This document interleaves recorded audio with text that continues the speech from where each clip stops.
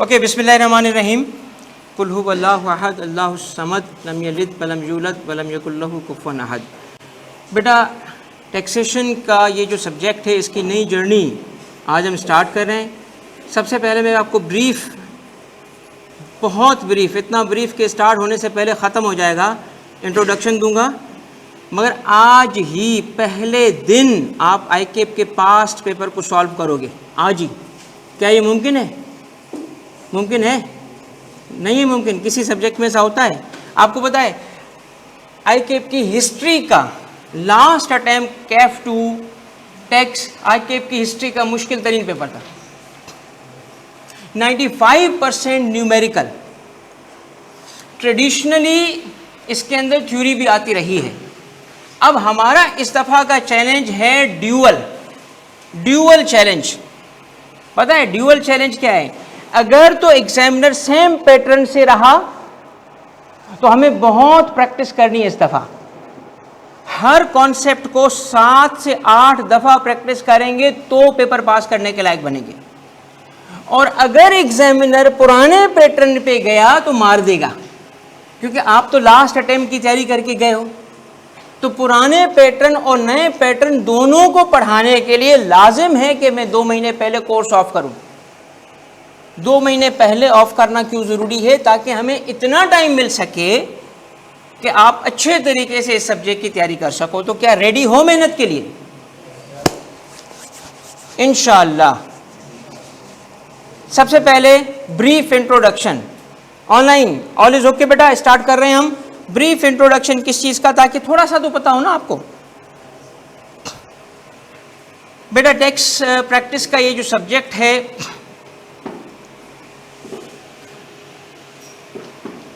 अजीब सा एक रस्म है, अजीब सी रस्म है। अपनी तारीफ खुद करो। चलो फिर, अगर रस्म है तो हम इसको निभाएंगे।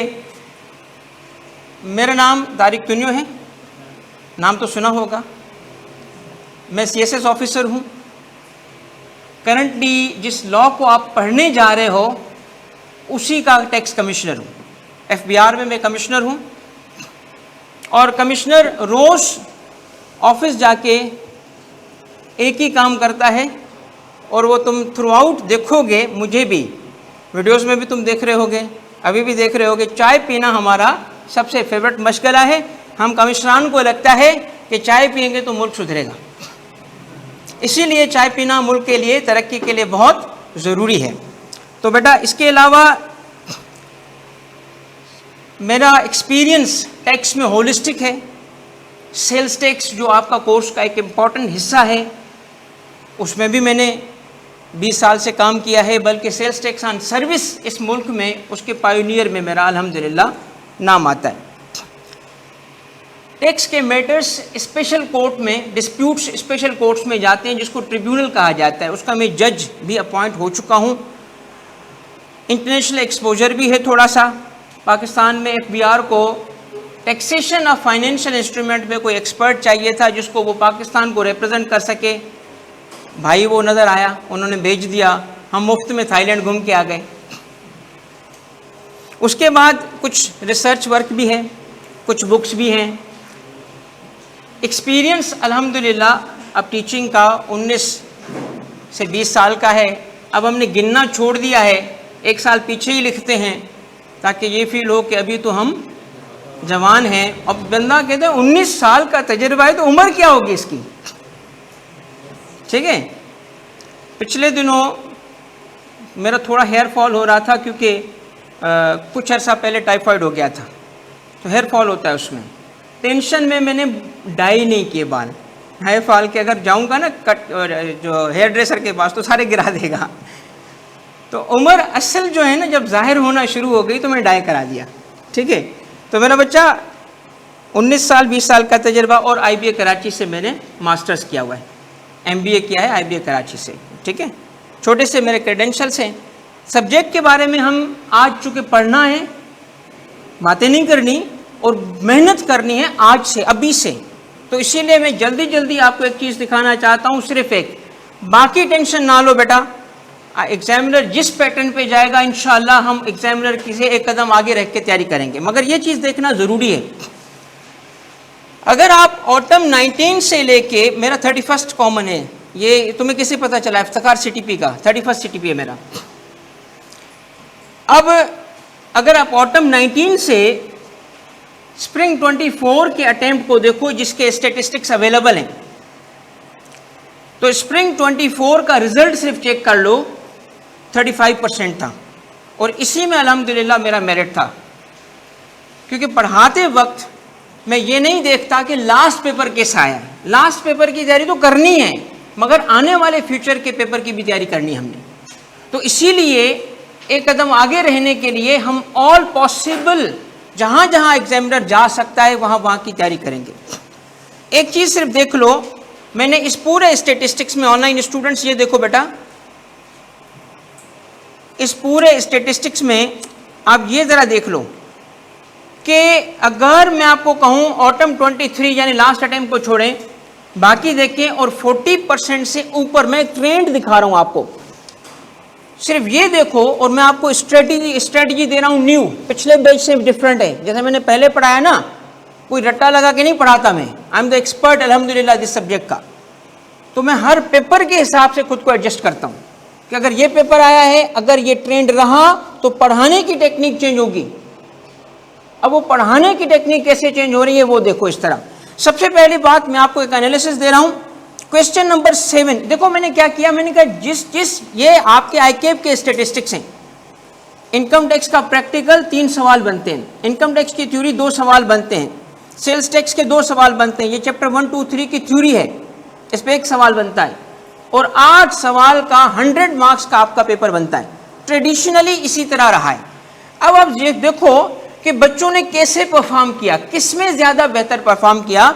तो मैंने कहा आईकेप का रिजल्ट चूंकि आता ही 40% के आसपास है, तो 40% से ऊपर किस किस सवाल में अच्छा परफॉर्म किया, ताकि मैं एक ट्रेंड निकाल के साइंटिफिकली स्टेटिस्टिकल एविडेंस देना चाहता हूं कि जो आज मैं आपके साथ मैथडोलॉजी शेयर करूंगा वो सक्सेसफुल है।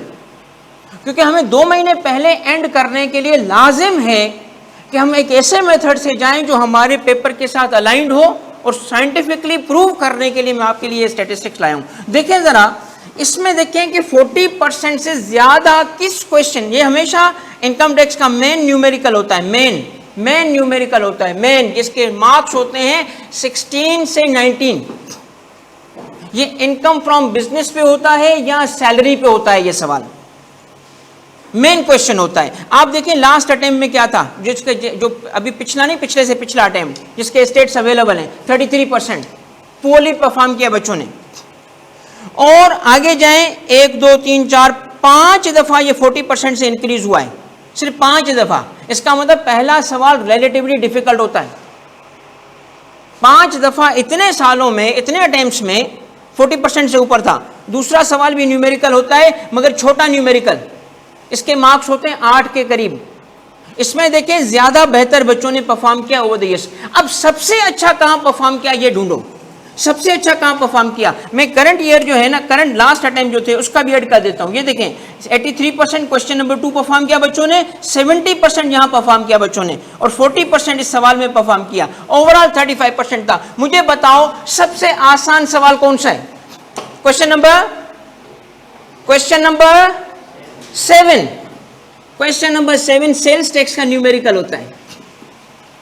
क्या होता है? सेल्स टैक्स का न्यूमेरिकल, जिसके मार्क्स होते हैं तकरीबन 15, एवरेज 15 मार्क्स से लेके वो वेरी करता है 18 मार्क्स तक भी गया है। और उसके बाद और नंबर 2 सेकंड किस में बच्चों ने परफॉर्म किया अच्छा? और नंबर 2 कौन सा सवाल था जिसमें अच्छा परफॉर्म किया है? बताओ। 8। ये सेल्स टैक्स की थ्योरी है। अब मैं आपसे पूछता हूं कि इसका मतलब क्या हुआ? स्टेटिस्टिकली प्रूवन हो गया कि बच्चा ट्रेडिशनली सेल्स टैक्स में बेहतर परफॉर्म करता है। अब सुने, सेल्स टैक्स के मार्क्स कितने होते हैं, इनकम टैक्स के कितने मार्क्स आईकेप ने रखे हैं? बताओ कितने मार्क्स हैं? ये आपको नजर नहीं आ रहा स्क्रीन पे? 20 से 30। चलें अब नजर आ जाएगा, आपको नजर आ रहा है?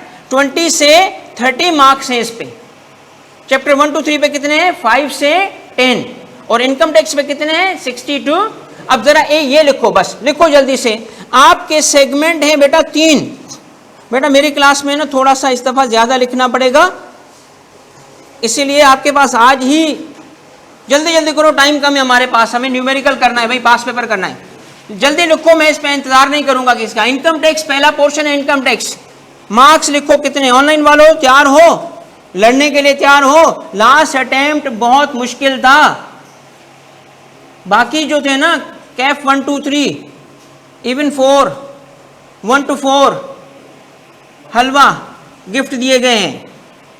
2 ने ना सारा हिसाब बराबर कर दिया है। और अगर ट्रेंड रहा तो भाईजान इंशाअल्लाह इस दफ़ा हम उसको हलवा बनाएंगे। इस दफ़ा हम एक अलग स्ट्रेटजी से आ रहे हैं ताकि इस किस्म के पेपर की तैयारी कर सकें। तो मुझे पास टाइम कम होगा, मैं इंशाअल्लाह एग्जैक्ट टाइम पे स्टार्ट करूंगा क्लास। 5:30 मीन्स 5:30 अनलेस कराची का ट्रैफिक मुझे रोक ले।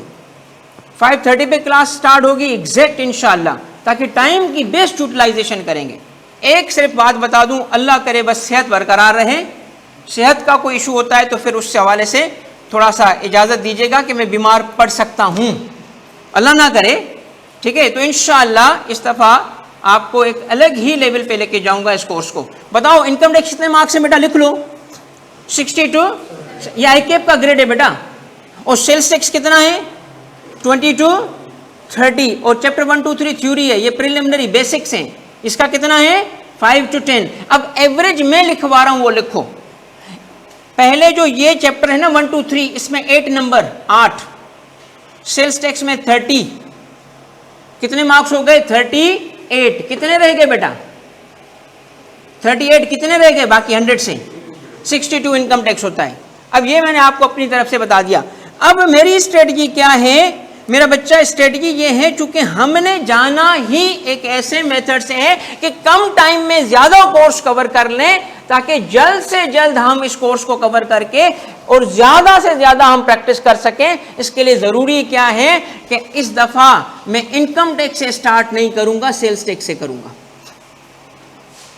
और इंशाअल्लाह मेरा इरादा यह है कि 10 क्लासेस में आपके 10 क्लासेस बता रहा हूं, लिख लो, आज लिख लो, 10 क्लासेस में आपका इंशाअल्लाह 30 मार्क्स का कोर्स कवर हो चुका होगा। रिजल्ट से पहले आपका 48 मार्क्स का कोर्स कंप्लीट हो चुका होगा। रह गया इनकम टैक्स, हम रिजल्ट के बाद उसको जब टैकल करेंगे तो आराम से हम इस कोर्स को इंशाल्लाह 2 महीने पहले ऑफ कर रहे होंगे। सारी क्लासेस लाइव होंगी, पुरानी कोई क्लास नहीं होगी।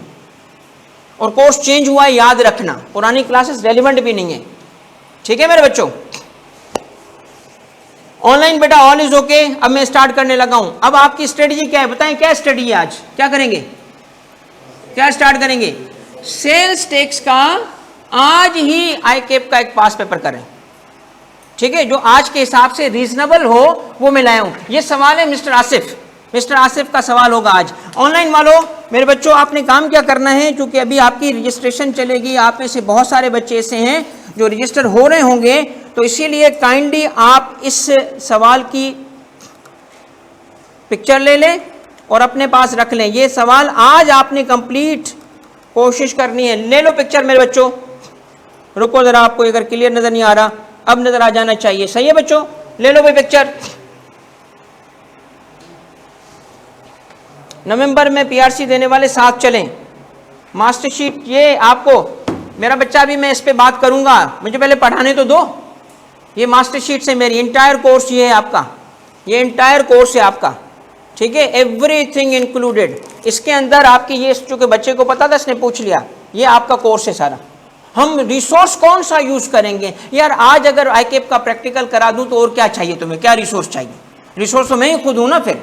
मगर मैं आईकेप की बुक भी यूज करूंगा, अपनी मास्टरशीट भी यूज करूंगा और सारे पास पेपर को, और जो मैंने कल एक टेक्नोलॉजी यूज की है और जो मैंने बताई है, अगर आपने नहीं वीडियो देखी तो जरूर देखिएगा, आज जाएं देखें मैं आपको कैसे क्वेरीज को सेटल करूंगा। क्वेरी मैनेजमेंट का एक नई टेक्नोलॉजी मेरी अपनी डिजाइन की गई है, वो इंट्रोड्यूस कर चुका हूं, वो आपको मिल जाएगी। मगर आ जाए बेटा, सबसे पहले आज का सवाल कैसे करेंगे, आए मेरे बच्चों, जल्दी जल्दी से 2-3 चीजें जल्दी लिखें। सेल्स टैक्स हम स्टार्ट कर रहे हैं, टारगेट कितने मार्क्स हैं 30 मार्क्स। कितने मार्क्स हैं 30। और दिन कितने, क्लासेस कितनी हमारी 10। भाईजान 10 क्लासेस में 30 मार्क्स प्रैक्टिकल समेत। इसके लिए जरूरी पता है क्या है, कोई क्लास मिस नहीं करोगे। कोई क्लास इस दफ़ा मिस नहीं करेंगे। जो फिजिकल आता है फिजिकल आएगा, जो ऑनलाइन आएगा लाइव टू लाइव देखेगा, जो रिकॉर्डिंग में देखता है सेम टाइम पे रिकॉर्डिंग में देखना। 9 बजे तो 9 बजे। बेटा ज़रा डिसिप्लिन से जाएं इस दफ़ा, ताकि 2 महीने पहले मैं आपको ऑफ कर दूं, ताकि और सब्जेक्ट की तैयारी करना फिर, ठीक है। और एक मैं आपको दे रहा हूं डेयर। डेयर ये है कि at the end of the course I dare you not to fall in love with text, not to fall in love with text. This is a wonderful subject. ऐसे ऐसे कभी कभी बच्चों को रोकना पड़ता है। एक बच्चा था, सर मैंने सीए छोड़ के ना पीएचडी में दाखिला ले लिया। मैंने कहा यार ये तो नुकसान हो गया। मैं सीए क्यों छोड़ा? सर आपने पढ़ाया ऐसा, मुझे टेक्स्ट में जाना है। और उसने जब वाकई पीएचडी कर ली, पता है कहाँ से पीएचडी की? यूके से। उसने अपने थीसिस में मेरा नाम लिखा था कि एक पागल शख्स था जिसने इस सब्जेक्ट के साथ मेरा इश्क करा दिया और मुझे भी पागल बना दिया। बेटा दिस इज द सब्जेक्ट जो इकोनॉमी की नर्व्स पे होता है। चलें आ जाएं, स्टार्ट करें। सबसे पहले बेटा लिखें सेल्स टैक्स मंथली टैक्स है। मंथली, ये वो मंथली नहीं है जो दुकानदारों से, बिजनेसमैन से लिया जाता है, वो भी मंथली होता है ना। मंथली लेते हैं ना भाई, कौन लेता है? जो भाई भाई नहीं रहा, ठीक है, भाई तो है मगर भाई नहीं रहा, तो मंथली। मेरा बेटा कितनी दफा टैक्स देना पड़ेगा बताओ? कितनी दफा? 12। साल में कितनी दफा? 12 दफा कैलकुलेशन करेंगे सेल्स टैक्स की। कितनी दफा? 12 दफा। तो मंथली टैक्स है ये। दूसरे लफ्ज लिखो, लिखो मेरे बच्चों, जल्दी जल्दी लिखो। उनजा बस थोड़ा सब्र कर लें, अभी जो मैं लिखवा रहा हूं मेरे मेथड से जाएं मेरे बच्चों, आपके सारे सवाल सॉल्व करूंगा। दूसरा लिखो indirect tax. Sales tax indirect tax है। इनडायरेक्ट टैक्स किसे कहते हैं मेरे बच्चों? जिसमें पे करने वाला, सरकार को पैसे देने वाला, कस्टमर पे उसका बर्डन पासान कर देता है, खुद तो पे। अब एक दुकानदार ने, एक मैन्युफैक्चरर ने, एक डिस्ट्रीब्यूटर ने सेल्स टैक्स पे किया, अपनी जेब से पे किया ना। तारिक ने कमिश्नर एफबीआर गया उसकी दुकान पे, नॉक नॉक, कौन है? कमिश्नर साहब। क्यों आए सर? टैक्स लेना आपसे, ये ले टैक्स। उसने टैक्स दे दिया, मगर फिर क्या करेगा उस टैक्स का? वो जो खड़े होंगे ना कस्टमर, इधर आओ सारे, 2 गालियां देगा, ये लो तेरे पे टैक्स है। मेरा टैक्स थोड़ी था ये। टैक्स क्यों इनडायरेक्ट टैक्स है? क्योंकि असल में एक और लफ्ज लिखो, लिखो तीसरी चीज, ये कंजप्शन टैक्स है। असल में ये कंज्यूमर पे टैक्स है। ये सारी चीजें तफसील से सिखाऊंगा, आज बस लिख लो। आज का ऑब्जेक्टिव मेरा कोई थ्योरी समझाना नहीं है, आज मैं आपको दिखाना चाहता हूं what a wonderful subject this is.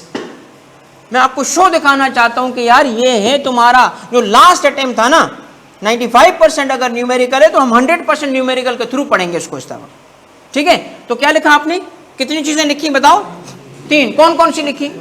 Monthly tax. इसका मतलब टैक्स पीरियड क्या है? साल है, बात करनी पड़ेगी, क्या है इसका? मंथ है। दूसरा इनडायरेक्ट का क्या मतलब है? पे करने वाला बंदा सरकार को जो टैक्स देता है, फिर इसका बर्डन शिफ्ट कर देता है किस पे? एंड कंज्यूमर पे। क्यों ऐसा होता है? क्योंकि तीसरी बात क्या है? ऐसा क्यों पासान क्यों होता है? क्योंकि ये कंजप्शन टैक्स है। हकीकत में ये किस पे टैक्स है? कंज्यूमर पे है, इसलिए इसको वहां पे शिफ्ट करता है। हो गई बात? काफी है ये। चलिए आखिरी बात देखें। सेल्स टैक्स 2 किस्म का है, गुड्स पे और सर्विसेज पे। सेल्स टैक्स कितने किस्म का है? 2 किस्म का, गुड्स पे और सर्विसेज पे। गुड्स पे और सर्विसेज पे, गुड्स पे और सर्विसेज पे।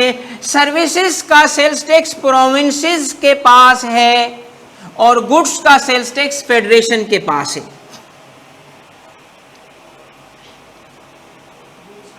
गुड्स का सेल्स टैक्स किसके पास है?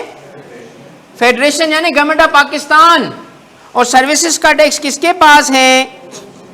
ओके, अब जरा तवज्जो कर लो, ये सारी बातें जो मैंने आपको नोट करवाई, मैं सारी बातें आपको दोबारा लिख के देता हूं ताकि आप में से जिसका साबुन स्लो हो वो जरा लिख ले। पहली बात मैंने क्या लिखी कि हमारा टारगेट है मेरे बच्चों कितने मार्क्स? टारगेट है हमारा 30 मार्क्स, और ये हमने अचीव करना है कितने टाइम में? कितनी क्लासेस में? ये 10 क्लासेस में हमने इसका हमारा 10 क्लासेस का टारगेट है। आज हमारी पहली क्लास है जिसमें 30 मार्क्स को टारगेट कर रहे हैं। Believe me this is feasible. अगर तुमने क्लासेस नहीं छोड़ी, अगर तुमने मेरे साथ मिलके मेहनत की। और अब मैंने कहा कुछ बेसिक्स लिखो। बेसिक्स में नंबर 1 क्या था?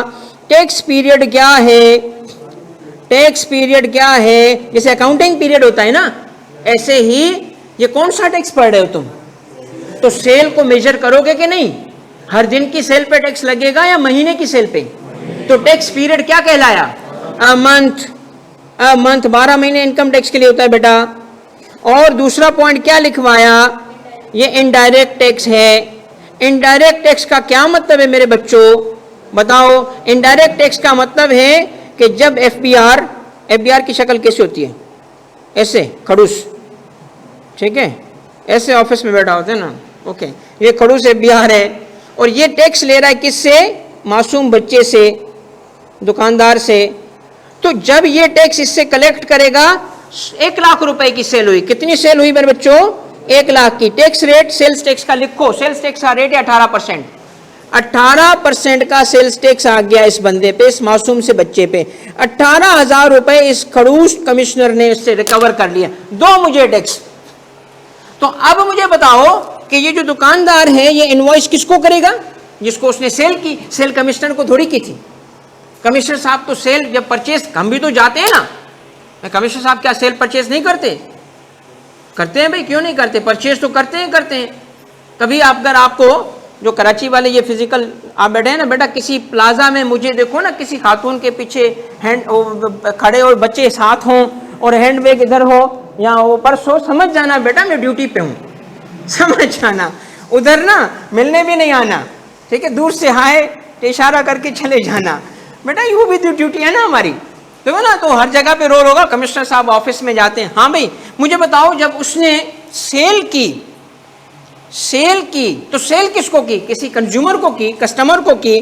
अब कस्टमर जो है ना, ये आपका कस्टमर भी ना खुश, ठीक है, क्योंकि वो बीवी के लिए चीजें लेने गया था।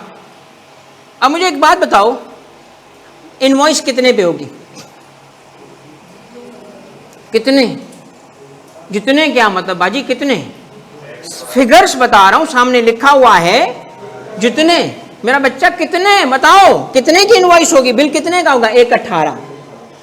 माल लाख रुपए का, इनवॉइस 1,18। ये क्या बात हुई भाई? टैक्स भी तो है, तो तेरे पे है ना, कमिश्नर तो तुझसे ले रहा है। नहीं, मेरे पे इसलिए है कि मैं एजेंट हूं। क्या हूं मैं? तो सेल्स टैक्स में असल में टैक्स किस पे है? कंज्यूमर पे। तो इसलिए इनवॉइस करेगा ना मेरा बच्चा, क्या लेगा उससे? 1 लाख अपनी गुड्स जो बेची और 18,000 रुपए का टैक्स जो उसने कमिश्नर को दिया। मुझे बताओ इस बंदे पे टैक्स का बर्डन कितना रोका? जीरो। इसका मतलब ये टैक्स न्यूट्रल है। क्या है ये?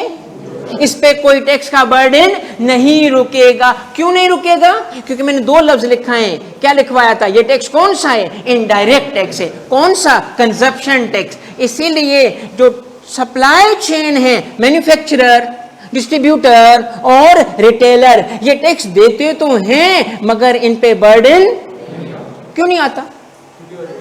इनडायरेक्ट टैक्स, कंजप्शन टैक्स इसलिए नहीं आता। बात समझ आई आपको? किस किस को समझ आई? शाबाश, गुड बेटा, गुड। ऑनलाइन किसको ये बातें समझ आई? ऑनलाइन बेटा किस किस को बातें समझ आई? ऑनलाइन के बच्चों जल्दी जल्दी कंफर्म करते जाओ। शाबाश शाबाश शाबाश, जल्दी जल्दी जल्दी। ओके, अब आ जाए मेरे बच्चों माँ बात बेटा। शाबाश बेटा। अच्छा भाई, एक चीज बता दूं, वीडियो लेग नहीं होनी चाहिए, बिल्कुल भी नहीं होनी चाहिए। लेट मी फाइंड आउट, क्योंकि अगर कनेक्शन इनस्टेबल होगा तो ही होगी, वरना बेटा एडमिन में से किसी को बुला लो, आप जो दरवाजे के साथ है, मेहरबानी आपकी, क्योंकि कॉल यहाँ से कनेक्ट नहीं हो रही। बर्डन हमेशा किस पे होगा? अच्छा मुझे एक बात बताओ, सप्लाई चेन में कितने लोग? 3 है ना? 3 है ना? 3 से ज्यादा है क्या सप्लाई चेन में? 3, क्योंकि 3 दफा हाँ हाँ बोल के इंसान उम्र भर जलील होता है। कबूल किया, कबूल किया, कबूल किया, हाँ। उसके बाद निकाहनामे पे एक्सपायरी नहीं है बेटा, बार बार जाके चेक नहीं करना एक्सपायरी क्या है। वो हाँ 3 दफा बोलोगे ना उमर बल्कि जलालत इंशाअल्लाह अज़्ज़ व जल। तीन बताओ कौन है? 3 बताओ कौन है? बताओ। Number 1 manufacture, number 2 distributor, number 3 ये सप्लाई चेन है। ये सप्लाई चेन है मेरे बच्चों। इस सप्लाई चेन ने टैक्स देना है क्योंकि सेल कर रहे होते हैं। मैन्युफैक्चरर ने, वो थोड़ा बच्चा कह रहे लेग आ रहा है, देख लो क्यों, उसको बुला लो।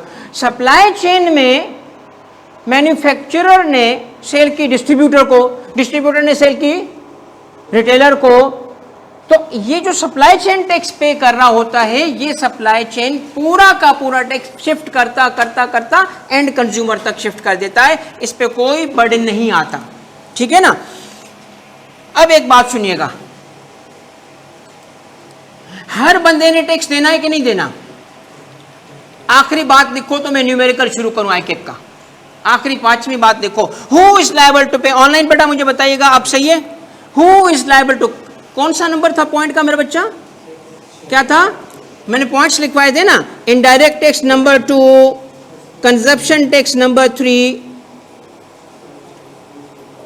ठीक है, कंजप्शन टैक्स इसको कहते हैं। नंबर 4 क्या था? Goods versus services. Goods versus services क्या मतलब है? ये किसका टैक्स है? गवर्नमेंट ऑफ पाकिस्तान का। ये किसका टैक्स है? प्रोविंशियल गवर्नमेंट का। हमारा कोर्स क्या है? सिर्फ गुड्स। आईकेप का कोर्स सिर्फ क्या है? सिर्फ सेल्स टैक्स ऑन गुड्स पढ़ना, बस। अब लिखो 5वां पॉइंट जो मैंने बताया तो था, लिखवाया नहीं। सेल्स टैक्स का रेट कितना है मेरे बच्चों? 18%। अब मैंने एक बात और लिखी है, अभी क्या बोला मैंने? हु इज लायबल टू पे। सेल्स टैक्स किस पे होता है? सरकार आके किसके दरवाजे पे आती है? लिख लो, हु इज लायबल टू पे। हु इज लायबल टू पे क्या है? इसका जवाब क्या है? टैक्स सरकार किससे लेगी? हु इज लायबल टू पे। अब जरा रुको और मेरी बात सुनो।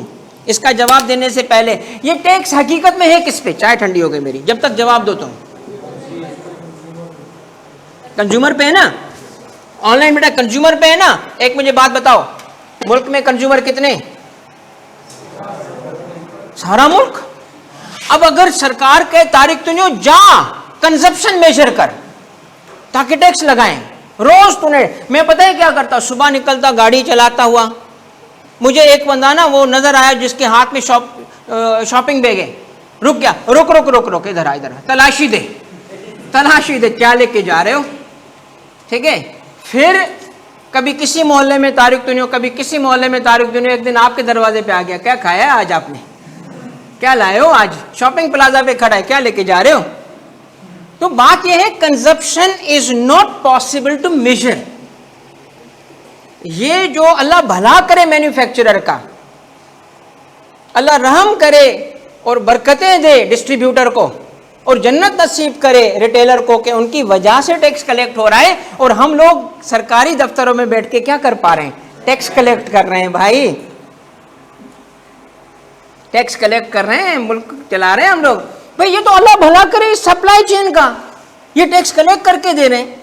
और अगर ये टैक्स कलेक्ट ना करते होते, देखें ये नहीं कि वो एहसान कर रहे हैं, सरकार ने कानून ही ऐसा बनाया, हु इज लायबल टू पे, कंज्यूमर नहीं। सरकार का वास्ता कंज्यूमर से नहीं है। एक बंदे ने सेल की, आगे कंज्यूमर भाई था, कराची वाला भाई, पता है ना बेटा भाई, टीटी टीटी भाई, उसने कहा टैक्स नहीं दूंगा तुझे, चल टैक्स दो। बीप बीप बोला, बीप बीप बीप बीप, कब आता है टीवी पे बीप बीप? जब गालियां निकाली जाती हैं, दो उसको गालियां दी, मैं नहीं देता तुझे टैक्स। सरकार चली गई मैन्युफैक्चरर के पास, टैक्स दे। कहता यार आगे भाई मैं कैसे टैक्स लेके दूं? तो सरकार क्या कहती है? हमारा ताल्लुक भाई से, तेरे से, तुम भाई हो हमारे। यानी चाहे कंज्यूमर पे करे या ना करे, सरकार तो अपना काम करके रहेगी। किससे टैक्स कलेक्ट करेगी? मैं आपसे पूछता हूं, बताओ, हु इज लायबल टू पे? बताओ, हु इज लायबल टू पे? एक लफ्ज में लिख लो तो आगे बढ़े। हु इज लायबल टू पे? मेरा बेटा कौन? Supplier. Supplier is liable to pay. सरकार का वास्ता किससे? सप्लायर से। ऑनलाइन लिख लिया, आज का लेक्चर खत्म, आ जाए न्यूमेरिकल शुरू। बेटा आप में से जो बाद में आए, ये न्यूमेरिकल है आज का, आईकेप का पास पेपर ले लो यहां से आके। ऑनलाइन वालों जिसने बाद में ज्वाइन किया है, जल्दी से पिक्चर बनाओ इस सवाल की। मिस्टर आसिफ, पास पेपर ये सवाल है, 9 नंबर का सवाल न्यूमेरिकल आया था, ये हमने करना है आज कंप्लीट का मतलब IK लेवल का अगली क्लास में होगा, मगर आज तुम्हें ये सवाल समझ आ जाएगा कि हाँ यार ये क्या है। आ जाओ मेरे बच्चों, सवाल को सॉल्व करते हैं। और मैं पहले आपको एक अपना ही इन्वेंट किया हुआ मेथड से सेल्स टैक्स पढ़ाता हूं, ठीक है। अब ये मिसाल ऐसे है मेरे बच्चों, और अगेन मैं कहूंगा कि तवज्जो करना ताकि आपको बात समझ आए। लेट सपोज एक सप्लायर है और उसकी है सप्लाईज। मेरे बच्चों सप्लाईज है 1 लाख की। अब ये सप्लायर कौन हो सकता है? ये सप्लायर कोई भी हो सकता है, ये मैन्युफैक्चरर हो सकता है। फॉर एग्जांपल मैन्युफैक्चरर है, इसने मैन्युफैक्चरिंग खुद की, ठीक है। ये बंदा है मैन्युफैक्चरर, ठीक है। मैन्युफैक्चरर ने सेल की, कितने की सेल की? 1 लाख की। हु इज लायबल टू पे? यही किसको बेचा? बात करो, डिस्ट्रीब्यूटर। चाहे मुझे बहुत प्यारी है, फेंक के नहीं मारूंगा, टेंशन ना लो। डिस्ट्रीब्यूटर। जो सेल थी किसकी? मैन्युफैक्चरर की। परचेजेस बन गई किसकी? ओके। कितनी परचेजेस की इसने? 1 लाख। वो सेम होगा ना बेटा? यार इसकी कीज मुझे ना बहुत तंग करती हैं, क्योंकि मैं डिफरेंट सिस्टम यूज करता हूं, तो you have to bear with me. अब आ जाओ, सरकार किसके पास जाए? ट्रांजैक्शन हुई, बेचा। किसने बेचा? किसको बेचा? क्या बेचा? गुड्स। क्योंकि हम गुड्स का सेल्स टैक्स पढ़ रहे हैं। कितने के? सेल्स टैक्स किस पे लगेगा? सप्लायर कौन है, उस पे लगेगा ना। कितना लगेगा? 18% से 18,000। अब जब सेल पे टैक्स लग रहा है, तो इस सेल्स टैक्स को मैं यहां अभी लिखिएगा नहीं, ये मैं चेंज करूंगा। सेल्स टैक्स लगा कितना मेरा बच्चा? 18। आ जाओ भी, मैं रेट भी लगा के देता हूं। 18% निकालते हैं। क्या 18,000 आया? सर जी आ गया। सरकार को किसने पेमेंट की? बोलो, किसने पेमेंट की सरकार को? यानी सरकार को जो पेमेंट आएगी, FBR को जो पेमेंट आएगी ना,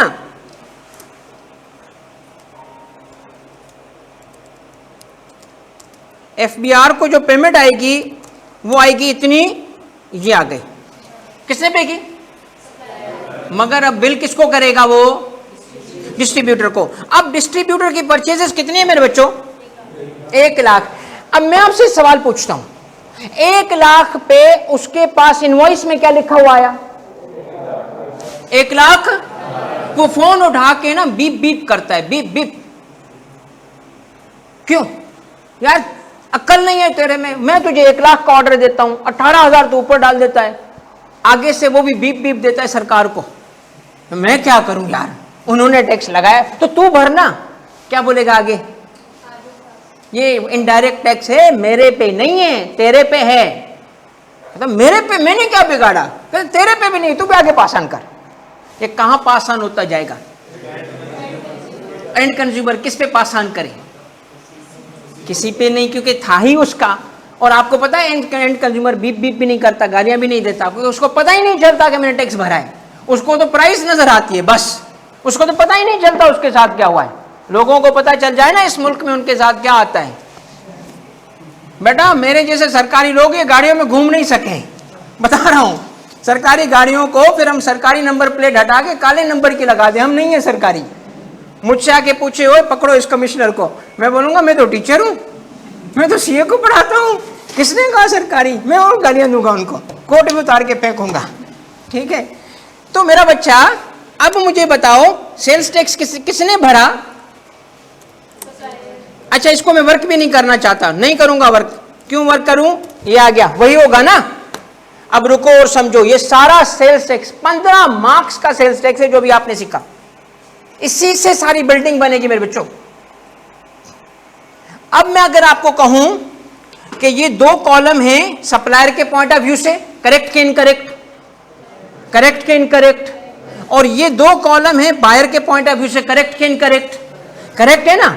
अब अपना सवाल देखो, खोलो, आपके सवाल में दो डेटा होंगे, एक परचेज का डेटा, एक सेल का डेटा, तीसरा नहीं होगा। देख लो सवाल बच्चों, ऑनलाइन वालों अल्लाह भला करे, तुम लोगों का पिक्चर ले रहे हो उसकी, देखो भाई पढ़ लो इस सवाल को, क्या डिटेल है। Mister Asif is registered under sales tax act 1990, following information for the month of August has been extracted from his business records. Supplies की डिटेल, सप्लाईज की डिटेल, सप्लाईज मेड यानी सेल्स, कौन सी सेल्स की है इसने, अनरजिस्टर्ड पर्सन्स को, registered persons को, एक्सपोर्ट, एग्जेम्प्ट, फिर गुड्स कॉस्टिंग, कितनी परचेजेस हैं इसकी, 8 मिलियन, और फिर एक और नोट है। टोटल डेटा क्या था,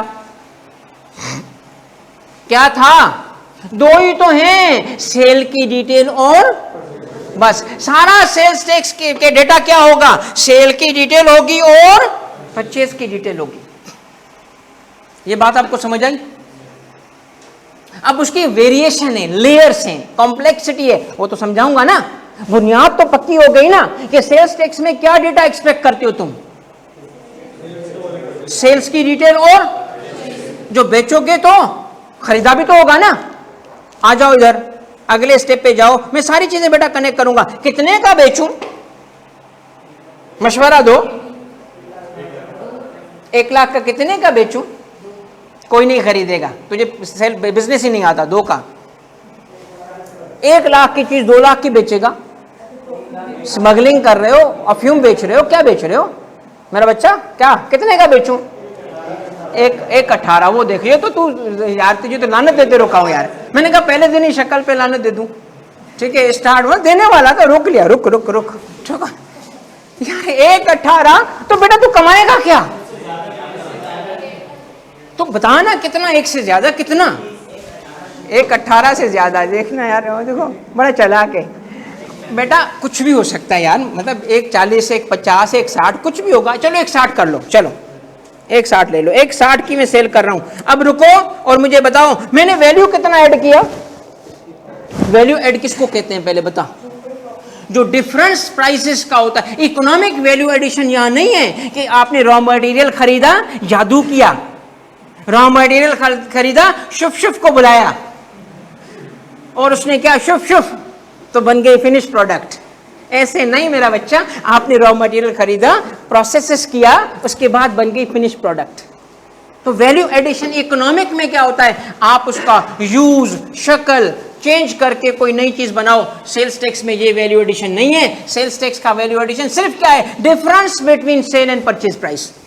खरीदा कितने का, डिस्ट्रीब्यूटर ने खरीदा कितने का, बेचा कितने का, वैल्यू कितना ऐड किया, 60,000, 60,000 का वैल्यू एडिशन किया उसने, सही है ना। अब इस लाइन में डिस्ट्रीब्यूटर सप्लायर बन चुका है, किसको बेचा, रिटेलर, कितने का बेचा, 160, टैक्स बताओ किसने दिया होगा टैक्स,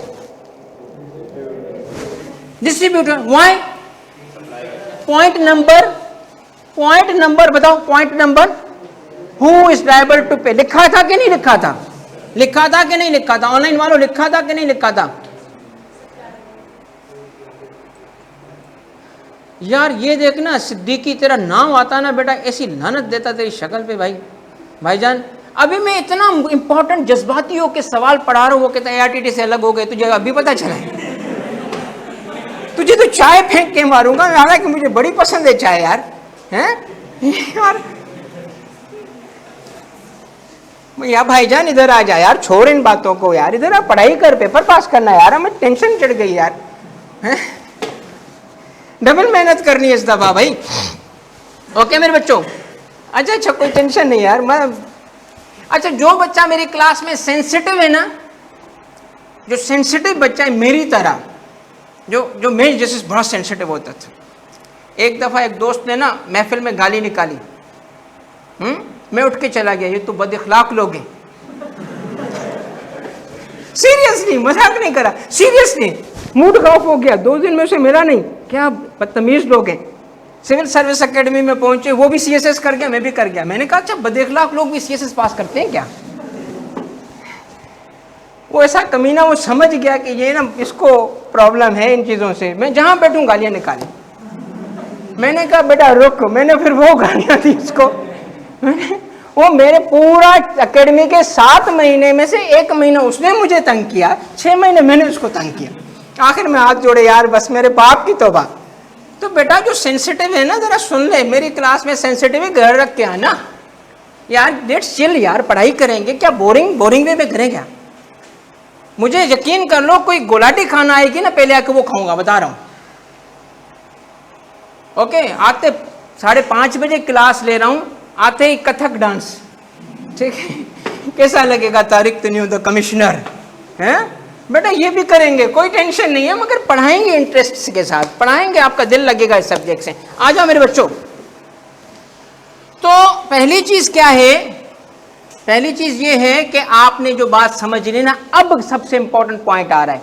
अब सबसे, अरे नहीं यार वो संजीदा हो गया यार, सीरियस हो गया यार, सिद्दीक कैसे ना कर यार, मजाक कर रहा था यार। अच्छा मेरे बच्चों देखो, अब आप तवज्जो यार, छोड़ो सारी बातें, इससे ही सब कुछ है, इससे जिंदगी में बाहर आएगी भाई। ये जो सीखोगे ना तो 30 मार्क्स हैं यार भाई, कितने स्टेक्स पे? हु इज लायबल टू पे बेटा? Supplier. Who is the supplier now? Distributor. लगाओ टैक्स इस पे, कितना लगाएं टैक्स? कितना? 18%। 18%। अब एक लाइन और लिखो, 18% किस पे लगाना होता है? Value of supply. किस पे? वैल्यू ऑफ सप्लाई पे। अपने नोट्स लिखो, ये मेरे नोट्स नहीं है, अपने लिए लिख दो। किस पे लगता है मेरा बच्चा? तवज्जो रखना मुज़म्मिल, थोड़ा सब्र चाहिए मेरा बच्चा। क्या 18% किस पे लगता है? वैल्यू ऑफ सप्लाई पे। अब रुकना और मेरी बात तवज्जो से देखना मेरा बच्चा, तवज्जो से। ये 18% मैंने गलत कैलकुलेट किया था, दोबारा कर दिया। अब सारा सेल्स टैक्स यहां है, इस लाइन में, सारा सेल्स टैक्स इस लाइन में आएगा। जो समझ गया ना अभी की बात, यकीन कर लो तुझसे ये पेपर जो होगा ना आराम से पास हो जाएगा। और जो नहीं समझा टेंशन नहीं लेना, क्योंकि मैं यहां पे आपकी हेल्प करूंगा। अब मैं आपसे एक बात पूछता हूं, गौर से देखो। एक 60 क्या बिका? सपोज अब मैं कहता हूं जी फर्नीचर बिका, क्योंकि ये जो डिस्ट्रीब्यूटर है ना, ये डिस्ट्रीब्यूटर असल में फर्नीचर का डिस्ट्रीब्यूटर है, इसने फर्नीचर बेचा है। या सपोज कोई भी बंदा इसको चेंज कर ले, फर्नीचर लकड़ी का था, प्लास्टिक का नहीं था, लकड़ी का था। खरीदा क्या इसने? वही फर्नीचर। मैं आपसे गौर से पूछना चाहता हूं, अगर ये 28 यहां पे कर दे, 28,800 यहां पे कर दे, इधर देख रहे हो, नजर आ रहा है ना बेटा, सेल की बेसिस पे 28 पे कर दे, तो क्या ये 160 पहले टैक्स नहीं हुआ? इस 160 का कुछ हिस्सा पहले टैक्स नहीं हुआ? गौर करो, बस ये जिसको समझ आई वो पास है। 160 का कितना हिस्सा ये बंदे, इस डिस्ट्रीब्यूटर के लिए मैं कहूंगा जवाब नहीं देना, सोचना बस, इस डिस्ट्रीब्यूटर का, इस मेरे भाई का कितना हिस्सा 160 का। जब हम बेचते हैं तो अपनी कॉस्ट भी तो रिकवर करते हैं ना। क्या 160 उसका प्रॉफिट है या कॉस्ट भी रिकवर हो रही है? कितनी कॉस्ट रिकवर हो रही है? क्या 1 लाख टैक्स हुआ था कि नहीं हुआ था? वो 1 लाख का टैक्स किसने भरा था? किसने भरा था? मैन्युफैक्चरर ने। किस पे पास ऑन कर दिया? अब वो किस पे बर्डन रुका हुआ है? इस डिस्ट्रीब्यूटर पे रुका हुआ है मेरे बच्चों।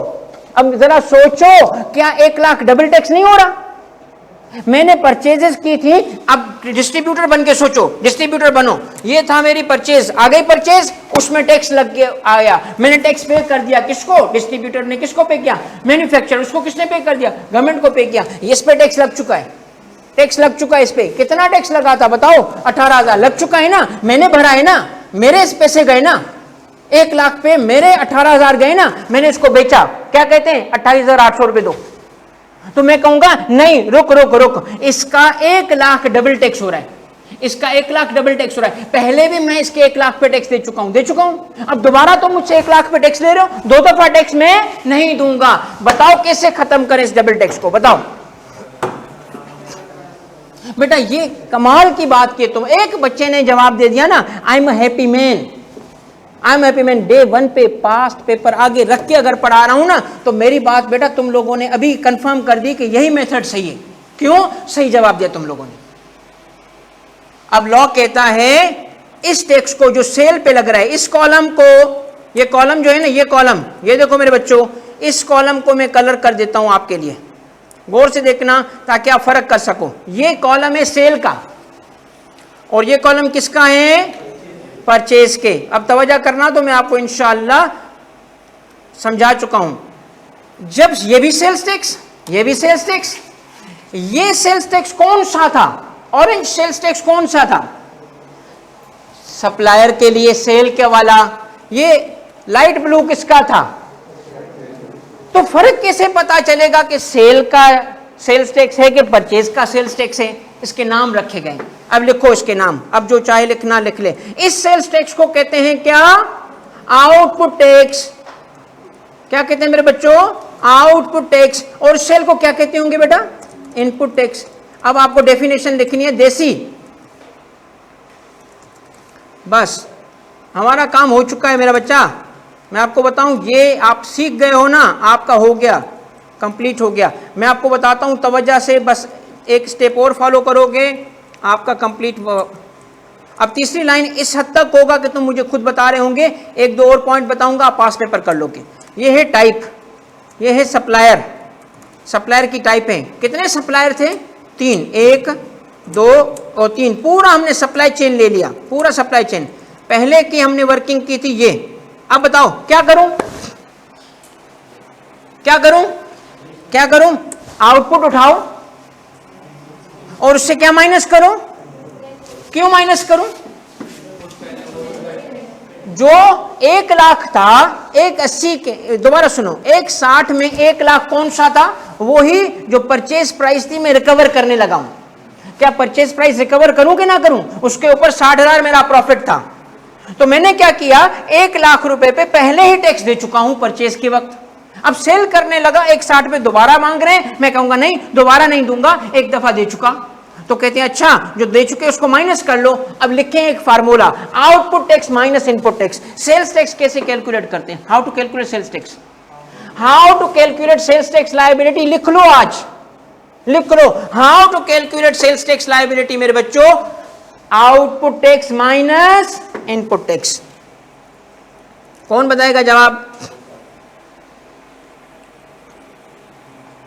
ये देखो, हाउ टू कैलकुलेट क्या लिखा? Sales tax liability. कैसे कैलकुलेट करते हैं सेल्स टैक्स लायबिलिटी? बोलो। मैंने आपको कोई हार्डली 30 मिनट्स में पूरा सेल्स टैक्स समझा दिया है आपको, और इसका नाम बताऊंगा ना, हैरान हो जाओगे। इस मेथड को कहते हैं वैल्यू एडेड टैक्स। वीएटी सुना है? वीएटी किसको कहते हैं? सेल्स टैक्स का मॉडर्न मेथड है, नया मेथड है। इस मेथड से सेल्स टैक्स कैलकुलेट होता है वीएटी मेथड से। किस मेथड से बेटा? VAT stands for value added tax. Europe में सेल्स टैक्स का नाम ही नहीं है, उसको क्या कहते हैं वहां पे? वैल्यू एडेड टैक्स, वीएटी कहते हैं उसको। नाम ही नहीं है सेल्स टैक्स, उसको कहते हैं वीएटी। अभी मिडिल ईस्ट में टैक्स आया, उन्होंने क्या नाम रखा उसका? सेल्स टैक्स नाम रखा है, वीएटी रखा, वीएटी। दुबई में क्या कहलाता है? वीएटी। हर जगह वीएटी कहलाता है बच्चा, वो आप वीएटी सीख रहे हो अभी। ये वो प्रिंसिपल्स हैं जो दुनिया भर में सेम है। मुझे बताएं हाउ टू कैलकुलेट वीएटी, बताओ। वापसी के वक्त देखो, उसको इफ्तिखार को ना टैक्स लगा था वीएटी वाला, वापस रिफंड मिला था, रिसीट दिखाई दे। बिल्कुल सही कह रहा है। अब मुझे एक बात बताओ, ये लायबिलिटी कैसे कैलकुलेट किया आपने? 10,800 की आउटपुट उठाया, इनपुट। अब मेरा सवाल का जो सही जवाब देगा ना, सही जवाब देगा, वो जन्नत में जाएगा। मौलाना तारिक, खूबसूरत तो नहीं हो, जमील तो नहीं हूं, ठीक है, तो तर्जुमा कर दूं ना उसका। उसकी दुआएं तेरे लिए बेटा, बाबा जी की दुआएं, तू जन्नत में जाए, आमीन। अब सुन, जो सही जवाब दे। मैं आपसे सवाल पूछता हूं, इनपुट क्यों माइनस हुआ? बेहतरीन, डबल टैक्स से बचने के लिए। कैसे डबल टैक्स लग रहा था? जब मैं परचेज पे टैक्स पे कर चुका हूं तो सेल पे क्यों दूं? वो तो दोबारा टैक्स लग रहा है ना 1 लाख पे, तो इसीलिए क्या ये बात समझ आई आपको? क्या ये बात समझ आई? एक वकील साहब थे, सरकारी वकील, सरकार का केस लड़ रहे थे, बड़े टॉप के लॉयर हाई कोर्ट में। मैंने उनको ये समझा रहा था क्योंकि हमारा केस था, FBR का केस था, टैक्स पेयर ने केस फाइल किया हुआ था। वकील साहब पता है क्या है, जब ये बात मैं उनको समझाई ना कि सर ये बात कीजिएगा आप जज साहब के सामने, मुझे देख रहा है, सुनिए भाई जिंदगी तबाह कर दी तूने। हाँ क्या हो गया? कि सर जितना तुझे आता है यार जज को भी नहीं आता, तू क्या कर रहा है सरकार में नौकरी करके, छोड़ आजा वकालत कर, एक केस में जितनी सारी जिंदगी नहीं कमाएगा इतने पैसे तुझे मिलेंगे। मैंने कहा अच्छा। मैं घर प्रपोजल लेके गया बीवी के पास कि जी अब भाई ने प्लान बनाया है, भाई वकील का, उसका नहीं, मैं प्लान बनाया है, मैं जॉब छोड़ता हूँ, मैं आता हूँ वकालत में। वो टॉप का लॉयर है, वो ये बोल रहा था। वाइफ ने बात सुनी, अच्छा ठीक है। अच्छा मैंने कहा क्या हुआ? बस ठीक है जाओ। अरे कुछ तो फैसला भाई बताओ, पागल हो गए, कमिश्नर होकर जॉब छोड़ोगे, चलो। मैंने कहा बड़े पैसे मिलेंगे, कहते नहीं पैसे चाहिए। अच्छा यार चल फिर ठीक है, पढ़ा के पैसे कमाते हैं और तरीके से कमाते हैं। तो मेरे बच्चों देखो ये बहुत बड़ा आइडिया आपने सीखा, इनपुट क्यों माइनस होता है। आपको इंशाल्लाह मेरी क्लास में ये बार बार जवाब मिलेगा क्यों का, क्यों माइनस होता है बताओ। तो डिस्ट्रीब्यूटर कितना पे करेगा सरकार को बताओ, कितना पे करेगा? उतना ही ना जिसकी लायबिलिटी है। अब मैं आपसे सवाल पूछता हूं, गलत जवाब या शक्ल पे लानत दूंगा। मतलब मेरे दोस्त है पंजाबी, मैं बल्कि रूममेट ही जो था ना सिविल सर्विस अकेडमी पंजाबी को लाहौर का था, ऐसी गालियां निकालता था, मजा आ जाता।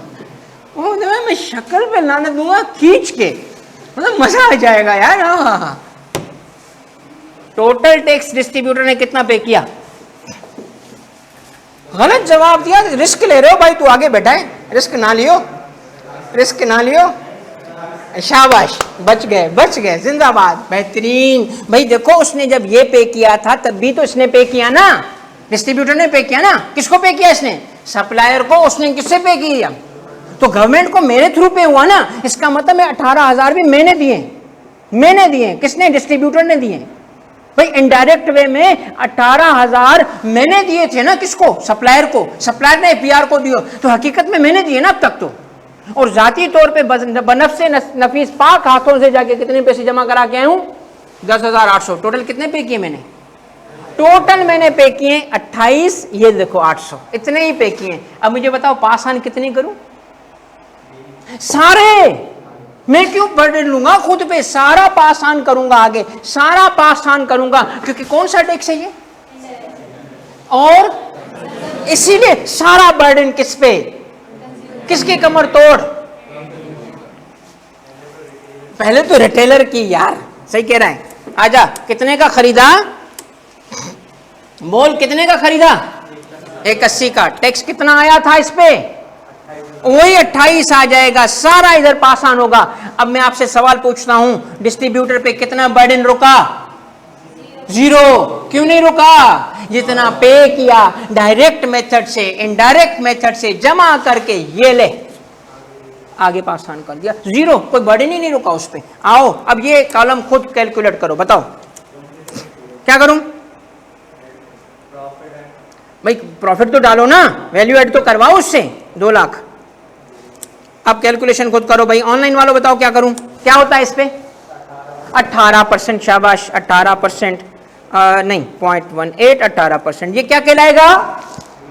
ना ना ना ना, क्या कहलाएगा? ऊपर देख, ऊपर, पीछे नहीं, ऊपर देख, ऊपर आउटपुट टैक्स। ओके, क्या करूं अब मेरा बच्चा, क्या करूं? लायबिलिटी कैसे कैलकुलेट करते हैं? Output tax minus input tax. कितनी लायबिलिटी? तो पे किसको करूंगा? अब आपका सारा सवाल होता है 2 चीजों पे, बताओ कौन सी? आउटपुट कैलकुलेट करते हैं सेल पे और इनपुट कैलकुलेट करते हैं परचेज पे। फिर आउटपुट से क्या माइनस करते हैं? ये है 15 मार्क्स, ये है आपका 15 मार्क्स। अब मैं आपसे एक सवाल पूछता हूं, बताओ इस बंदे ने वैल्यू एड कितना किया था? मैं डिस्ट्रीब्यूटर ने वैल्यू एड कितना किया था? कितना ऐड किया? वैल्यू ऐड कितना किया? वैल्यू ऐड किसको कहते हैं? सेल और परचेस का डिफरेंस। तो सेल परचेस का 160 बेचा, 1 लाख खरीदा, वैल्यू ऐड कितना किया? 60,000। 60,000 का 18% निकालो।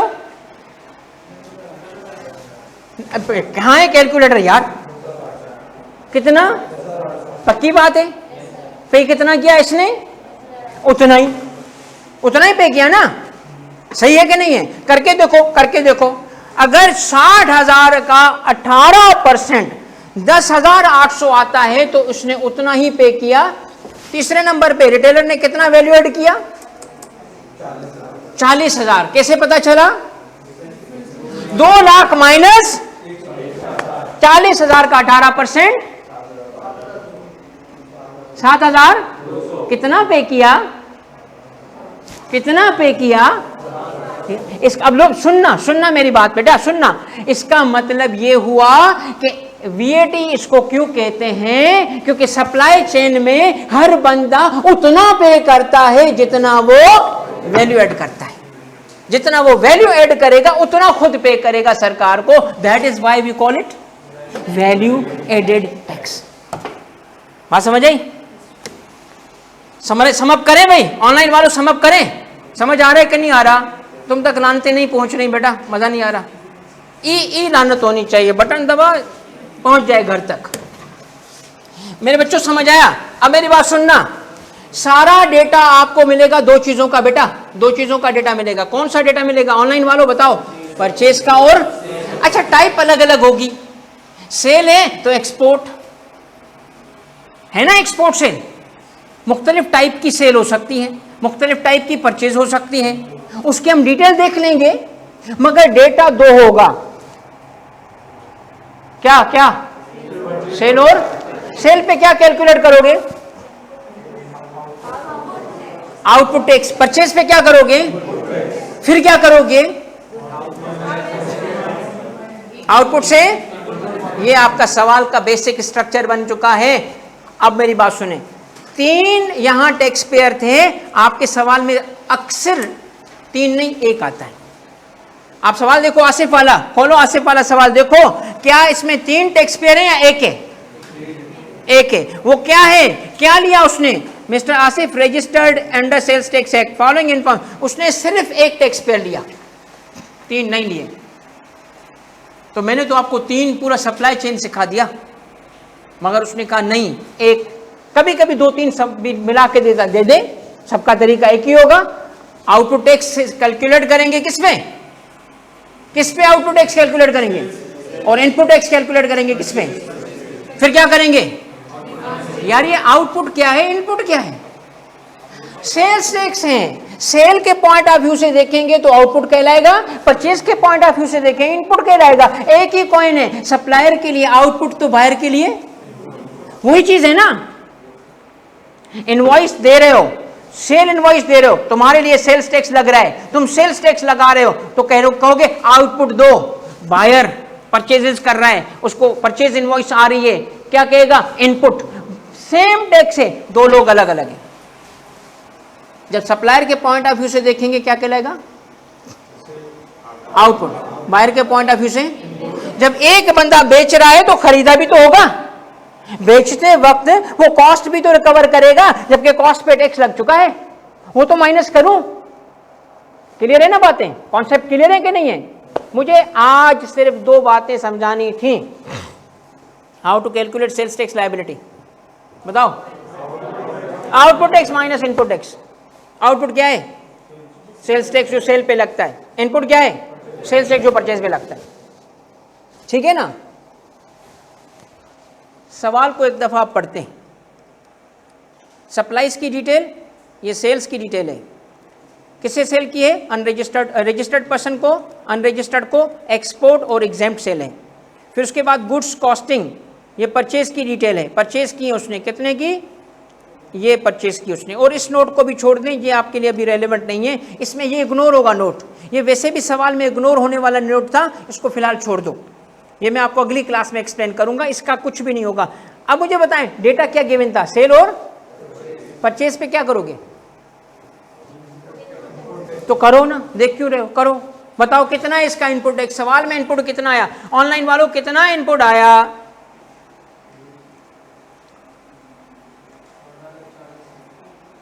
कितना? वाह, कैसे कैलकुलेट किया आपने बेटा? 8 मिलियन, उसको 18% निकाला, सबका यही जवाब है। तो इनपुट कैलकुलेट करना आया आपको? आ गया सर। अब आउटपुट कैलकुलेट करने के लिए जाएंगे, मगर आउटपुट में मसला क्या है? कितने किस्म की सेल, कितने किस्म की सेल, कितने किस्म की सेल है बच्चों? 1 2 3 4। अब इसको पढ़ें, ताकि पढ़ेंगे तो हो गया आउटपुट, माइनस कर लो, हो गया सवाल, बेसिक सवाल तो हो गया ना। अब उठा के देखो आप 25 अटेम्प्ट बेटा, पैटर्न से हटे, मैं जिम्मेदार हूं। सेल और परचेज की डिटेल होगी, सेल पे आउटपुट, परचेज पे इनपुट। आपने इनपुट अभी अभी कैलकुलेट कर लिया, अभी क्या कैलकुलेट करें? आउटपुट। अब बड़ा इंपॉर्टेंट टॉपिक, नया टॉपिक, नई बात आ रही है।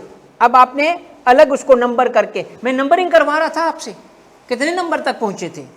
6। लिखो 7 टाइप ऑफ सप्लाई। ये क्लास रिकॉर्डेड मिलेगी, बिल्कुल मिलेगी बेटा। अब लिखो मेरे बच्चों, आपके लिए आ रहा है सबसे बुनियादी चीज। अब जब आप जाएंगे ना नंबर 7 पे, तो इसको मैं कहता हूं, क्या बोला हमने? Type of supply. सप्लाई किसको कहते हैं? किसको कहते हैं सप्लाई? अगर सप्लाई मेड हो तो सेल को कहते हैं, ठीक है, और सप्लाई रिसीव्ड हो तो परचेज को कहते हैं। तो सप्लाई बजाते खुद पता नहीं चलेगा, मगर एग्जामिनर सप्लाई को सेल की मीनिंग में यूज करता है अक्सर।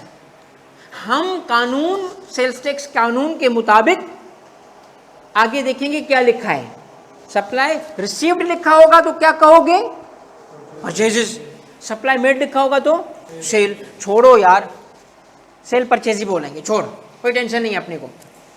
बेटा सुनना, तवज्जो करना मेरे बच्चों। सप्लाई 2 किस्म के होते हैं। कितने किस्म के? लिखो, एक सप्लाई की किस्म है टैक्सेबल, एक सप्लाई की किस्म है एग्जेम्प्ट। अब आप समझ ही गए होंगे, चाय मेरी बहुत ठंडी हो चुकी है, बोलो ना यार, देख क्या रहे हो? एक पे टैक्स लगेगा, एक पे नहीं लगेगा। किस पे नहीं लगेगा? क्यों नहीं लगेगा? क्यों नहीं लगेगा? क्योंकि प्रोडक्ट ऐसी है। मेडिसिन पे टैक्स लगना चाहिए? बताओ, सेल्स टैक्स मेडिसिन पे होना चाहिए ताकि और महंगी हो जाए? खाने पीने की चीजों पे होना चाहिए? गरीबों के दुश्मन किधर है ये गैस वाला? मेरी तो पता है सीए के बच्चों के लिए, अपने लिए नहीं, सीए के बच्चों के लिए ख्वाहिश है कि सिगरेट पे भी टैक्स नहीं लगना चाहिए। सीरियस बता रहा हूँ, मजाक नहीं कर रहा। मेरे सारे दोस्त, मैं भाई भी क्लास में भी बताया था कल परसों, सारे दोस्त सीए में, अकेला बंदा था जिसने कहा सीए नहीं करूँगा, सिविल सर्विस, भाई अफसर बनेगा, ब्यूरोक्रेट। अल्हम्दुलिल्लाह फर्स्ट अटेम्प्ट सीएसएस पास हो गया, घूम के सीए का टीचर, ठीक है, भागा उधर ही। तो सारे दोस्त सीए में, सारे चेन स्मोकर, सारे। टेंशन ही इतनी होती थी यार, क्या करें यार।